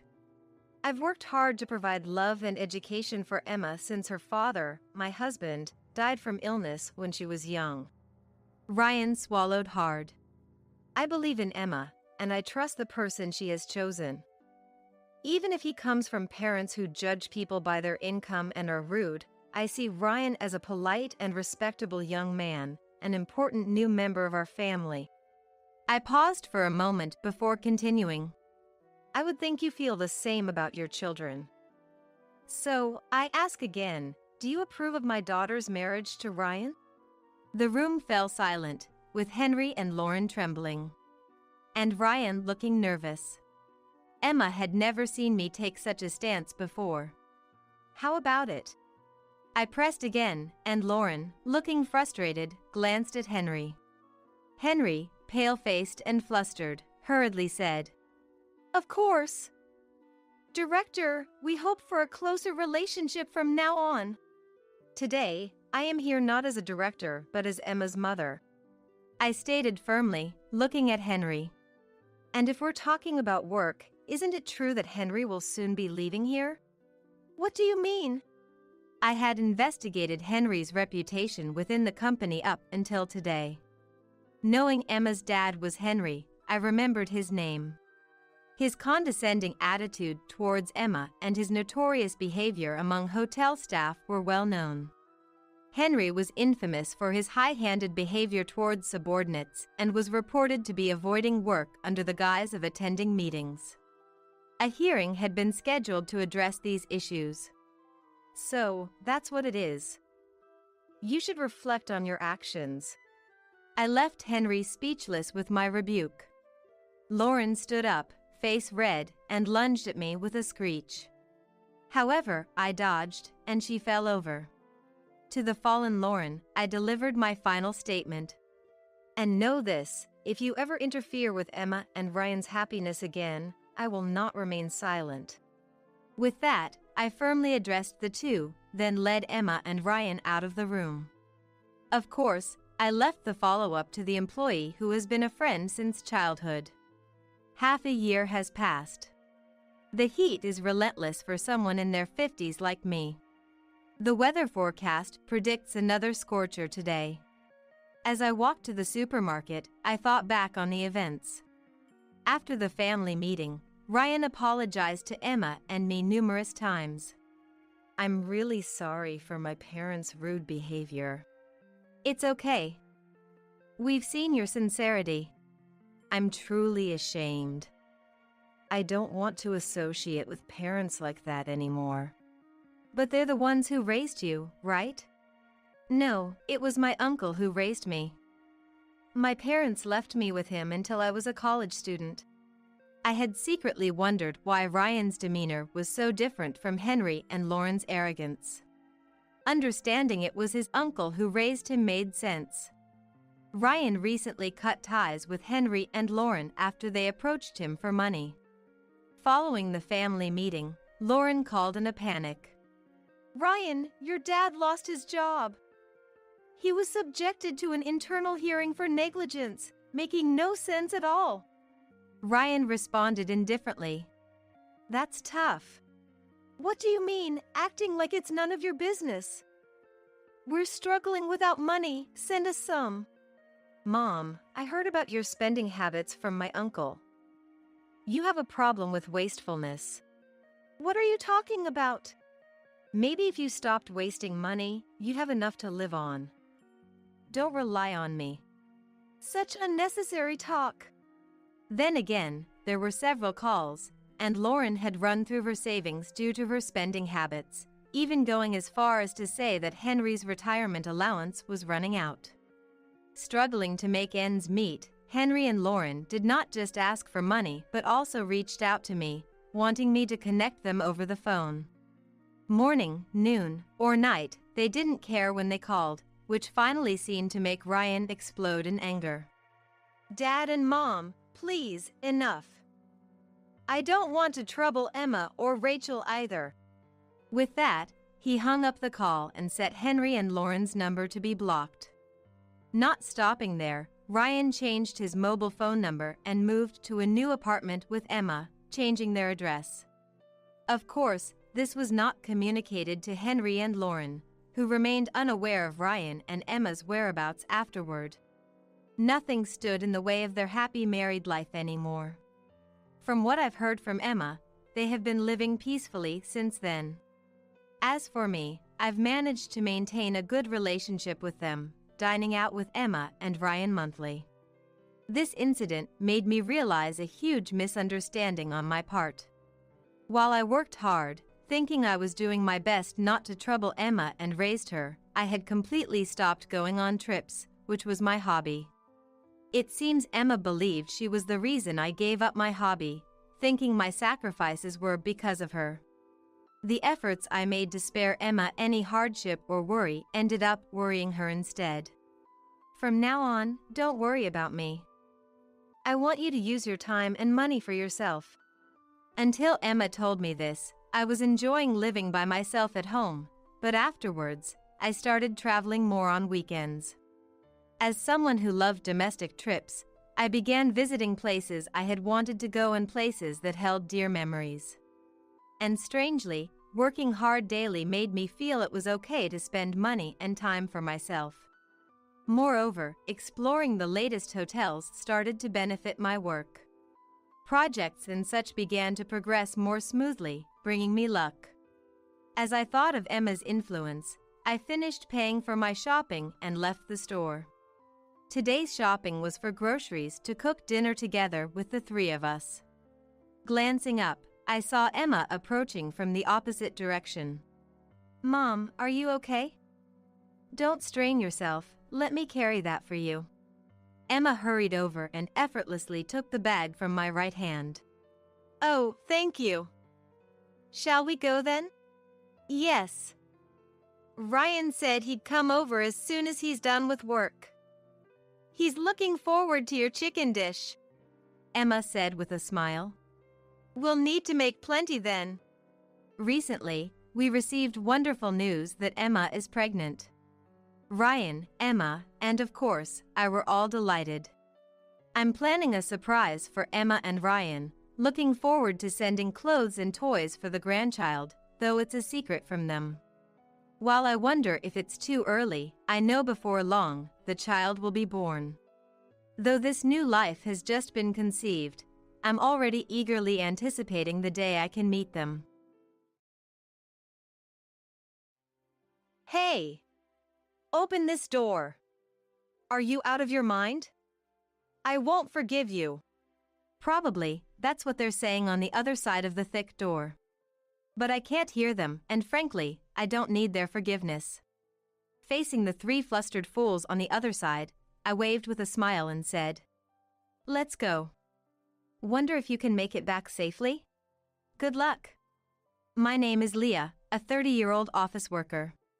I'm a newlywed, married for just a year, with no kids yet. When I was single, my hobby used to be taking day trips using the train on my days off. My friends would sometimes ask, "Don't you get lonely traveling alone?" But I find it surprisingly pleasant to move at my own pace without a fixed schedule, more so than traveling with others. Well, to be honest, there's a bit of loneliness, but the fun outweighs it. I have a favorite travel magazine, and sometimes I plan trips based on it. As I went about my days, I noticed something. Huh? Isn't that the same guy I saw last week? It seemed coincidental, but after the third time, I might have thought it was fate if I were a romantic. Instead, I just felt a bit scared. But it turned out he felt the same. Sorry if I'm mistaken, but didn't we meet last week and the week before at completely different places?" He approached me with a slightly scared look. "Wait, do you think I'm following you?" To clear up the misunderstanding, I opened my travel magazine and said confidently, "I'm just traveling based on this magazine." Surprised, he responded, "Me too," and opened the same magazine, smiling happily. That was how I met my husband, Henry. He turned out to be a really interesting guy. I, being cautious by nature, always end up carrying a lot of stuff, but he said, I always travel light so I can move easily. Nowadays, with cashless payments, you hardly need cash. A mobile phone is enough. He laughed joyfully. Talking with someone with such different values was very stimulating. We hit it off discussing our favorite travel destinations and exchanged contacts that day. Though we both liked solo trips, we started going out together more often. Surprisingly, I enjoyed sharing memories with someone else, and I found that local food tastes even better when shared. One day, after about 6 months, Henry asked me to go out. I didn't feel bad at all, in fact, I felt the same way. And remember being very happy. We decided to get married 6 months into our relationship. I thought our happy newlywed life was just beginning. But my expectations quickly shattered due to Henry's parents. My parents-in-law, Jack and Aaliyah. Their house is about a 30-minute drive from ours. They are still in their 50s, with Aaliyah working part-time, and both of them are employed. Initially, they used to visit our house, but lately, we've managed to maintain a reasonable distance. However, an incident occurred that disrupted this balance. Hey, Henry. Let's go here on our next day off. I agreed. Sounds good. Our post-marriage tradition of mini trips to tourist spots continued. As usual, minimalist Henry recently reduced his belongings to just a mobile phone, even entrusting his wallet to me. It feels so light. I don't look like someone who's about to go out at all, do I? And said with a contented smile. I thought to myself, at least carry your own wallet. But it wasn't really a bother. It was an ordinary conversation, but that day was different. Oh, by the way, Dad and Mom's wedding anniversary is coming up soon. How about we invite my parents on our next trip? I tensed up at Henry's sudden suggestion. Of course, there was a reason for that. But I couldn't just say no, so I responded. Yeah, that sounds good. We haven't seen Aaliyah and Jack recently anyway. Unaware of my slightly strained face, Henry didn't notice a thing. The next day, they were really looking forward to it when I called. He told me. I guess I have to give it my best shot. So, I steeled myself. Honestly, I'm not comfortable around my parents-in-law. They're not bad people, just not a good fit for me. I'm more on the reserved side, not fond of noisy places. And this applies to people too. Talking to high-energy people can be mentally exhausting for me. Speaking of my parents-in-law, they are incredibly cheerful. When I first met them, their exuberance overwhelmed me. Nice to meet you, I'm Henry's mom. And I'm the dad. They announced loudly like comedians, making me stiffen up involuntarily. That time, the 4 of us, including Henry and his parents, went out to eat, and they chose the restaurant. I wonder if it's their favorite place? I thought casually, but when we got there, it was an all-you-can-eat buffet. Meeting their son's girlfriend for the first time at such a casual place made me laugh. We're so nervous today, we haven't eaten anything since morning. Aaliyah, who didn't seem nervous at all, said cheerfully to me. That's right, that's right. Plus, we have to get our money's worth. The true reason for skipping breakfast was quickly revealed by Jack. Their loud voices attracted quiet laughter from nearby tables. I was embarrassed by then and wanted to go home. Looking sideways, thinking Henry must feel the same, I was surprised to find he wasn't there. He had gone to get food. Not to be outdone, the parents-in-law also got up, piling their plates with food. Are they planning to hibernate after eating so much? Can I really become part of this family? I managed only a forced smile at their overwhelming presence. I barely ate that day, nervous as I was. Feeling uncertain about the future with Henry, I was touched when they said at parting. What a wonderful girlfriend, Henry. He may be awkward, but please take care of Henry from now on, Leah. I was simply happy to hear that. I loved him too, and I thought the parents-in-law weren't bad at heart, so when he proposed a few months later, I had no hesitation. But it seems I'm not good at judging people, as at our wedding, the bridegroom's parents, my parents-in-law, completely disregarded the ceremony and focused only on eating, leaving my parents utterly disillusioned. Henry has a brother, Jonathan, who seemed to be the only sensible one. I'm sorry my parents showed such an embarrassing side. It's really shameful. He came to greet us politely, as I heard from my parents. Jonathan, who lives alone, seems to have a poor relationship with his parents. It appears the feeling is mutual, as they once complained. That boy is always so noisy with his complaints. Just the other day, he bragged about buying several eggs when it was limited to one per person, and I'd scolded him for it. Seemingly annoyed. Don't you feel guilty about benefiting yourself at the expense of others? That's what Jonathan apparently replied to Aaliyah. Hearing this story, I thought to myself, isn't that a fair point? What's wrong with that, Aaliyah? I honestly felt that way. When the parents-in-law came to visit our new home, they arrived empty-handed. That wasn't a problem, but then they started rummaging through our shelves, exclaiming, isn't this the snack they're advertising on TV? I've been wanting to try it. Oh, and this one too. They foraged through my hidden snacks like they were on a treasure hunt. Even though I bought those snacks, Henry, without any malice, said, if you want them, take them home. That's fine, right, Leah? I wanted to smack him right there and then. Sure, go ahead. All I could do was respond with a forced smile. I had a suspicion, but it was clear now. The parents-in-law were moochers. I want this. I want that. Give me. Give me. In the early days of our marriage, they came over every week, sensing an opportunity, and I was almost driven to neurosis. Hey, don't you think there's something off about Aaliyah and Jack? They're kind of annoying. My anger exploded, and I ended up fighting with Henry. Despite how angry I was, Henry looked puzzled and said, no, not really. Is it that strange? They've been like that since I was a kid. Don't worry about it, he said, patting my shoulder lightly, which made me furious. Are you kidding me? If this keeps up, I'll divorce you. Just do whatever you want. My raised voice seemed to alarm Henry, and he quickly put an end to the parents-in-law's invasions.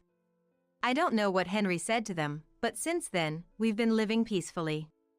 However, the thought of traveling with the parents-in-law naturally made me anxious. On the day of the trip, I was shocked to see them waiting. It's been a while, Leah. I heard you've been busy with work. Must be tough. Aaliyah spoke to me, but I was far from calm. The reason lay in the appearance of the parents-in-law. Aaliyah and Jack, where's your luggage? Looking closely, Aaliyah and Jack had brought nothing with them. Even for a day trip, isn't it normal to bring at least a bag? We wanted to be ready to move quickly, and I have a sore shoulder. Their response, echoing something I'd heard before, was baffling. The rest of the trip went as badly as I'd feared. It was soon revealed that the parents-in-law had forgotten their wallets. Feigning ignorance, they said. That's strange, isn't it? Watching them play dumb, I thought. Maybe it's better to just call off this trip, or even cancel it, yeah. Unfortunately, my feelings weren't understood.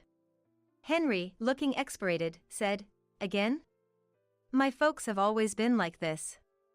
I'll cover for them, but make sure they pay me back. It seemed the trip would continue. As the parents-in-law laughed and apologized, all I felt was disgust. Even after we arrived at our destination, the parents-in-law's rudeness didn't stop. They complained to the store staff. Isn't there any free tasting? Wow, stingy, huh? When I, feeling thirsty, bought a drink and hadn't even taken a sip yet, Aaliyah said. Can I have a sip of that? I'm thirsty too. I can't believe I forgot my wallet, huh? While I forced a smile, an exasperated Henry intervened. Stop it, it's embarrassing. Look, I'll buy you one. Overhearing this, Jack muttered under his breath, referring to me. What a stingy woman, lacking compassion. I didn't miss his comment. I could say the same to you. I should have left at that point, but I was a bit stubborn. A similar incident happened twice more afterward. Apparently, the first trip was so enjoyable that Aaliyah contacted Henry for another. When I saw them on the station platform, I couldn't help but feel chills. The second time they brought their wallets. They brought their wallets this time, but when the moment came. Oh no! This is the wallet I used before. I rushed out in such a hurry. Their obvious lie was something only Henry would believe. And on the third trip, they forgot their wallets again. By then, it was clear, it was a deliberate act. Aaliyah. Excuse me, but did you deliberately forget your wallet? You never intended to pay, did you? I hit the nail on the head, and her face turned red. Hey, what a rude woman you are. Apologize to Aaliyah. Jack glared at me, demanding an apology. No way. I've thought this for a long time, both of you are just too greedy. Caught in the argument with the parents-in-law, Henry seemed at a loss. Tourists around us watched curiously. Noticing their gaze, Henry seemed to feel ashamed and finally. Stop it, please. He broke down crying. I was honestly disillusioned. But the parents-in-law reacted differently, rushing to a crying Henry. I'm sorry, Henry. It was my fault. You're so kind to cry for me. Aaliyah said, with Jack quietly standing beside her. I didn't know how to react to this farce. Only one thought came to mind. Yeah, this is impossible. Let's get a divorce. That was all I could think. Seeing Henry's tears, the parents-in-law seemed to lose their fighting spirit. Leah, we know we're often in the wrong. It's Henry's money, but still, we've taken advantage of him. It's Henry's money, after all. I don't know why they said it twice, but their words, dripping with sarcasm, showed no real remorse. And so, it was confirmed that they had deliberately forgotten their wallets. Aaliyah referred to it as Henry's money, but we both work, and his salary is only slightly higher than mine. Our actual incomes are not much different. Recently, every trip with the parents-in-law ended with, I want to buy this too. Maybe some gifts for the neighbors as well. What's that? Looks tasty. Hey, Henry. Buy that for me. Because of their endless demands, Henry's credit card bills were shockingly high. We've been living mostly on my salary for the past few months. At the time of marriage, I considered it family money and believed in spending within the limits of our allowance for personal desires. Don't be a burden to your partner. The thing that infuriated me the most was when cashless-reliant Henry exclaimed at our travel destination. What? Only cash here? Hey, Leah. He called me over and pulled his wallet out of my bag. It only had a few dollars in coins. No. I messed up. You know I don't carry cash, right? And he said without malice. It still makes me furious thinking about it. For the record, I always paid for my own things. Yet, the parents-in-law probably thought I was living off Henry's money and just complaining. We split living expenses, so such accusations were nothing but unpleasant. Thinking all this, I coldly watched Henry crying and Jack consoling him. After a moment of thought, I said, I was wrong too. Sorry for being presumptuous. You guys go ahead on the train. I'll buy some drinks and follow. I smiled calmly, and Henry and the parents-in-law happily boarded the train. Their smiles turned to panic a few minutes later. When I didn't return, Henry must have felt something was off, as he messaged me. Leah, are you coming? The train is about to leave. Right then, the heavy doors slowly closed. From the platform, I had a clear view of Henry's panicked face. It seemed he noticed me and was shouting something. I was replying to his earlier message. I'm divorcing you. If your parents are so important, live happily with them. Goodbye. I ignored his calls, thinking, doesn't he care about being a nuisance on the train? Geez. He sent several messages afterward, but I ignored them all. Henry's face through the door slowly turned to anger. "Hey! Open this door!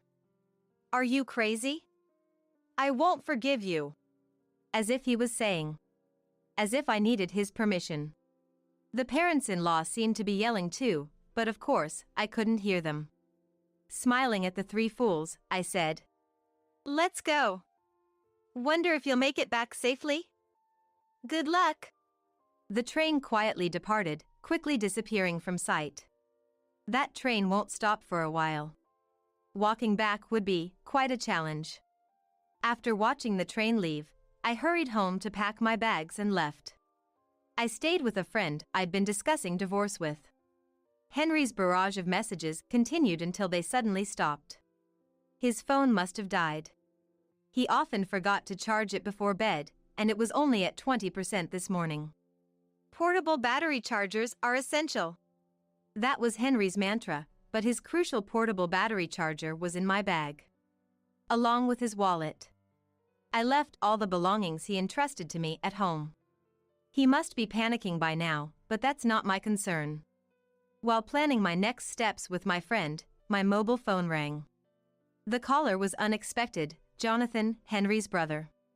"Leah, I'm sorry. Did something happen?" According to Jonathan, Henry's phone had run out of battery, and in his panic, he dropped it, shattering the screen. Unable to reach me, the desperate parents-in-law could only think of one person to call. So, I got contacted, but all I got was ask Leah for the reason. He seemed unwilling to say more. I told Jonathan everything about Henry and the parents-in-law without holding back. As I spoke, I could hear Jonathan's voice getting sharper over the phone. From the other end, "Leah's making a fool of us. Tell her off, Jonathan." The in-laws were loudly insisting that Jonathan, with his way with words, would outtalk me. After I finished explaining, Jonathan snapped. "Hey! You scoundrel! Are you stupid?" "What? You scoundrel?"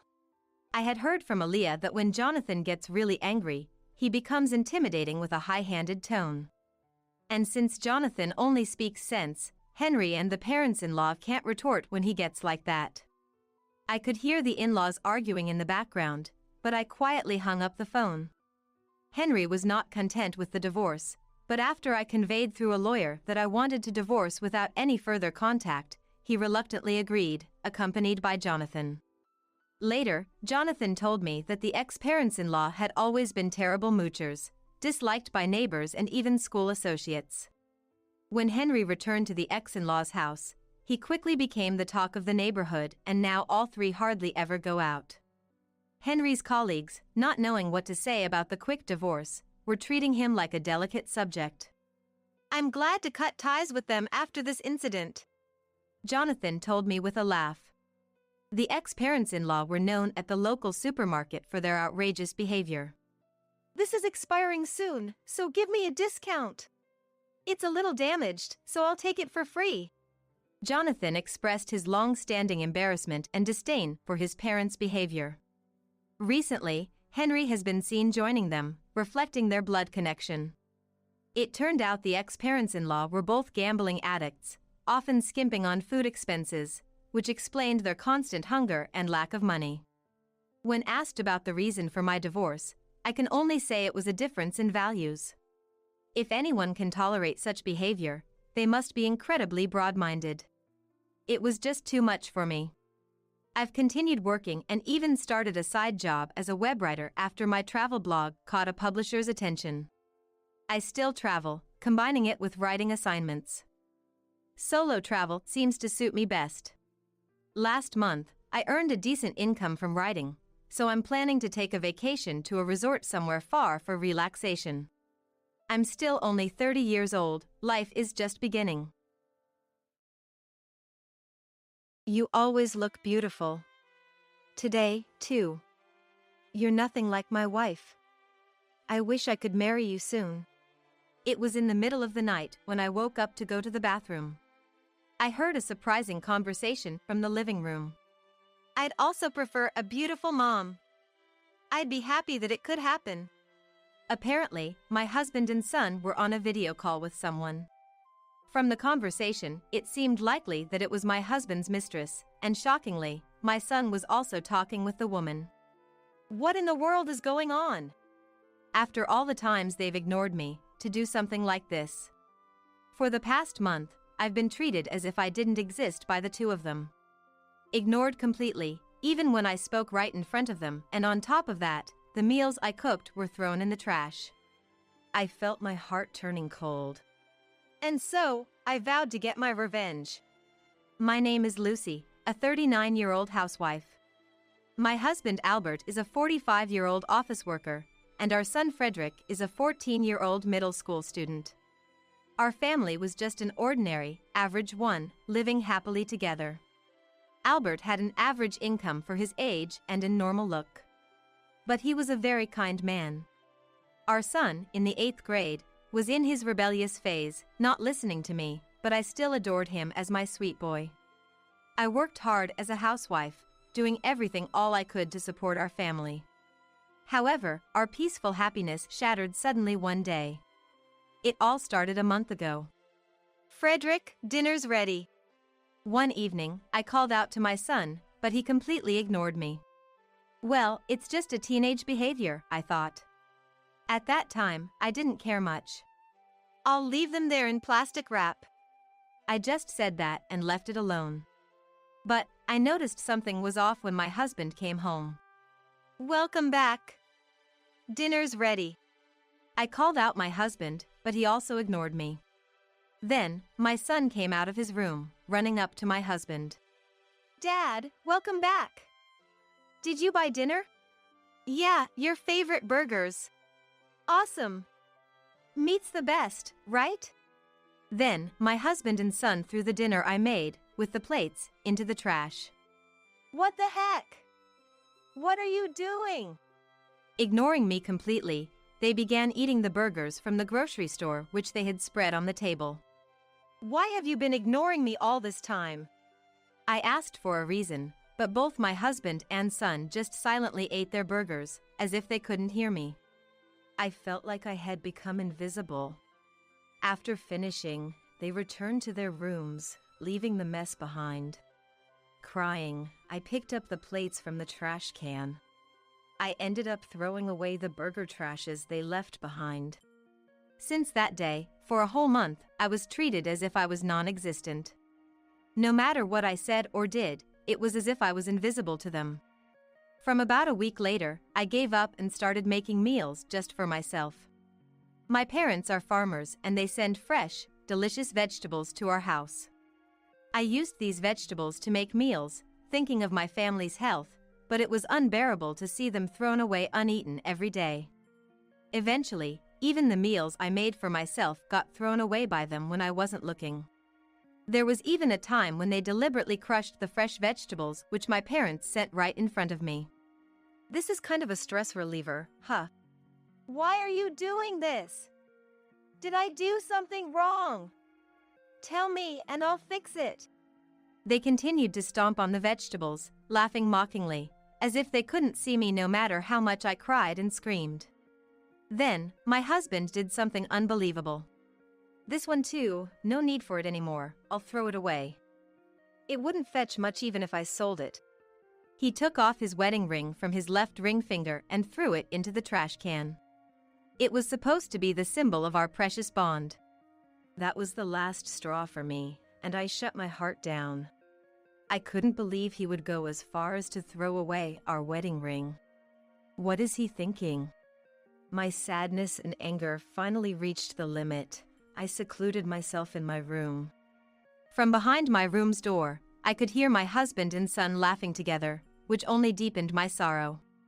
Why did things turn out this way? What happened to them? Confused and distressed, I spent a month crying alone in my room. One late night, while walking to the bathroom, I overheard a joyful conversation of my husband and my son from the living room. I felt lonely, knowing I was no longer part of their world. But then, they started a video call with someone, and the conversation that ensued was unbelievable. Sophie, you look beautiful today, too. You're nothing like my wife. I wish I could marry you soon. Really? Ditch that wrinkled and spotted woman fast and marry Sophie. I'd be so happy to have such a beautiful mom. I couldn't hear the other person's voice, but my husband and son were praising someone over the phone. Mother? What are they talking about? It was unbelievable. From their conversation, it was clear my husband was having an affair, and my son knew and was encouraging it. Their terrible conversation continued. Lucy really is a foolish woman, isn't she? Now that she's shut herself in her room, we don't have to see her wrinkled, spotted face, which is such a relief. Haha, it's hilarious. She really seems to know we can't see her. They were mocking me. I felt my heart was freezing. I knew my husband was working hard but was being passed over for promotion at work. I believed my son was just being rebellious because of his age. That's why I had been patient until now. But this was too much. What was my endurance for? Knowing the truth ignited the anger that had been smoldering inside me. I couldn't forgive this, not even because they were family. At that moment, I decided to take revenge. For the next 2 months, I researched my husband's mistress, waiting for the right moment for revenge. Then, one day, my husband approached me. "Hey, I need to talk to you." "Oh, it's been a while since you came to talk to me. Are you done ignoring me?" "Yeah, you're of no use to me anymore."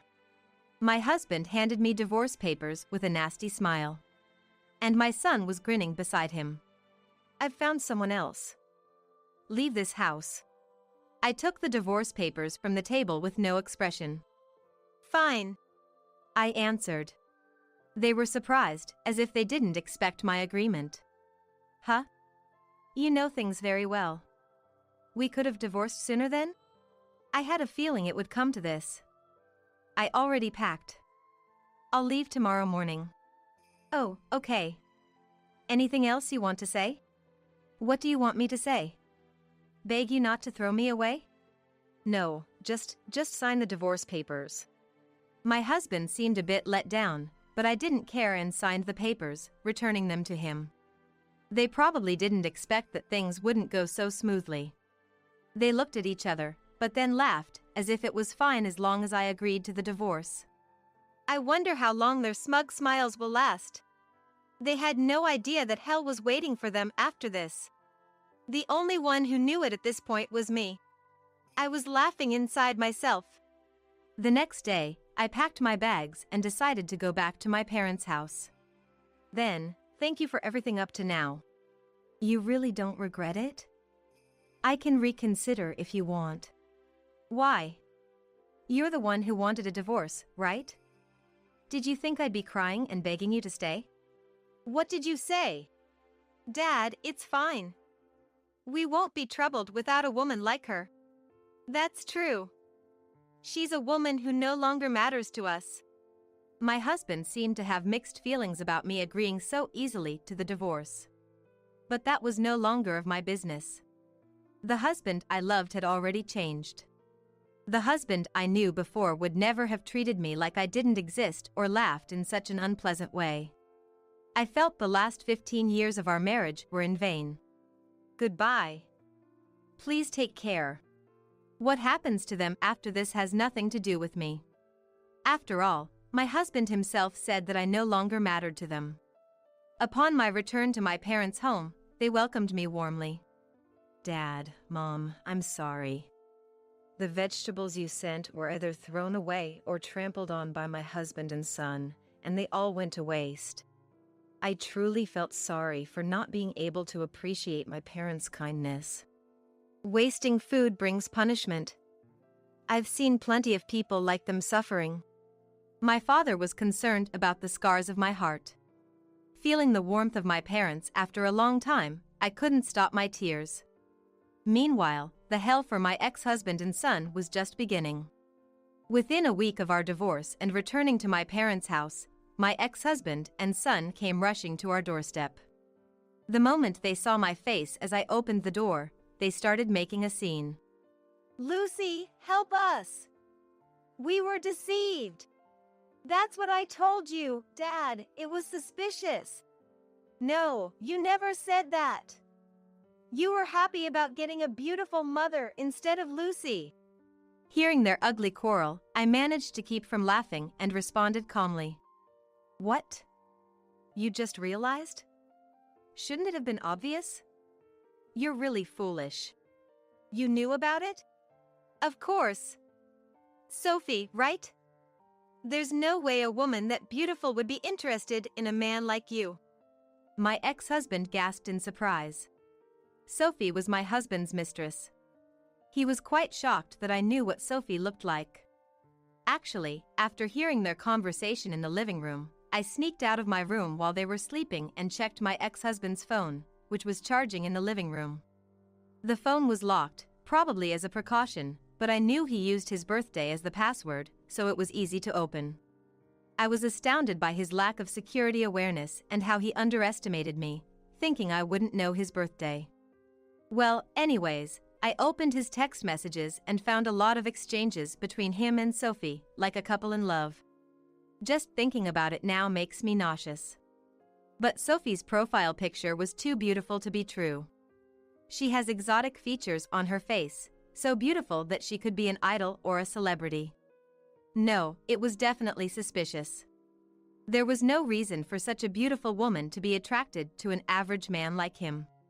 So, I did an image search with Sophie's photo.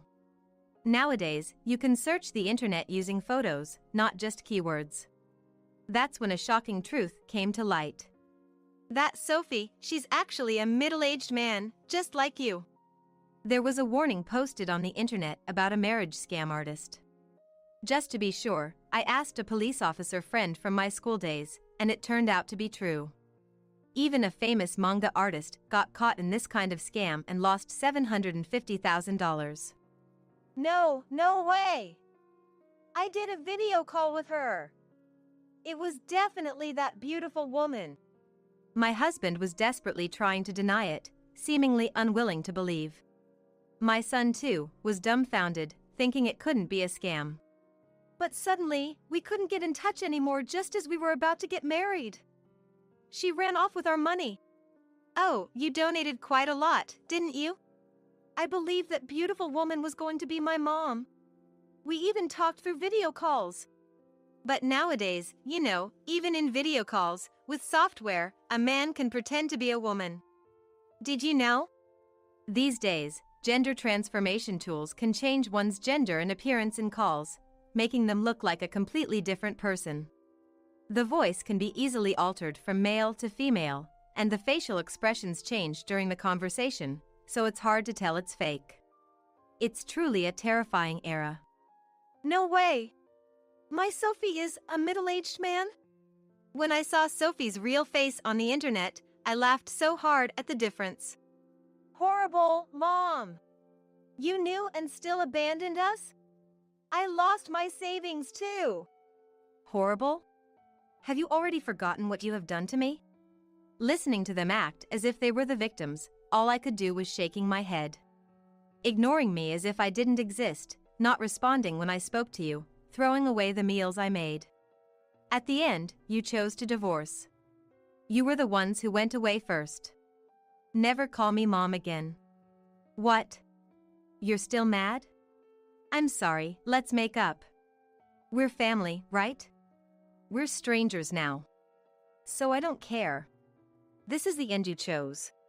Take responsibility for your own choices. When I rejected them, my son begged even more. Don't say that. I'm your son, right?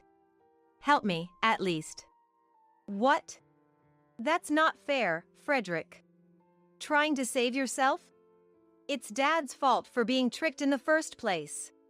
There's a good investment, we'll share the profits, how could you not suspect that? You were happy to become rich and handed over all your savings too. I was tired of hearing their endless and unpleasant bickering. Our family was destroyed by a single scam artist. If my ex-husband hadn't cheated, maybe we would still be a happy family now. But it's too late. It's a waste of time. Can you leave? As I tried to close the front door, my ex-husband begged me. Wait! Please, let's start over. Your parents are farmers, right? So even if we have no money, we won't starve. Are you saying you want to reconcile with me for food? No, it's not like that. I need you. I know it too late, but forgive me. I won't do it again. His obvious excuses only made me sigh. Such men will surely repeat the same mistakes. I decided to put an end to it. Wasting food brings punishment. I've seen many like you suffering. What are you talking about all of a sudden? It's my parents' teaching.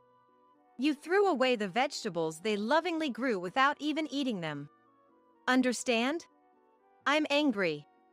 I will never forgive you. Don't ever show your face to me again. With that, I closed the door. Wait! Mom, forgive me! They kept making a scene at the front door, causing a neighborhood disturbance, so I called the police to take them away. Later, I heard that my ex-husband lost all his money and was fired for embezzling company funds. My son dropped out of high school and is working, but he can't find a good job. The marriage scam artist was recently arrested, according to the news. He was a middle-aged man, nothing like the beautiful woman, and many men were deceived on social media. As for me, I'm helping out on my parents' farm, living a stress-free and healthy life. I'm soon going to be introduced to a man of my age who's also a farmer in the same area. Next time, I want to build a happy family.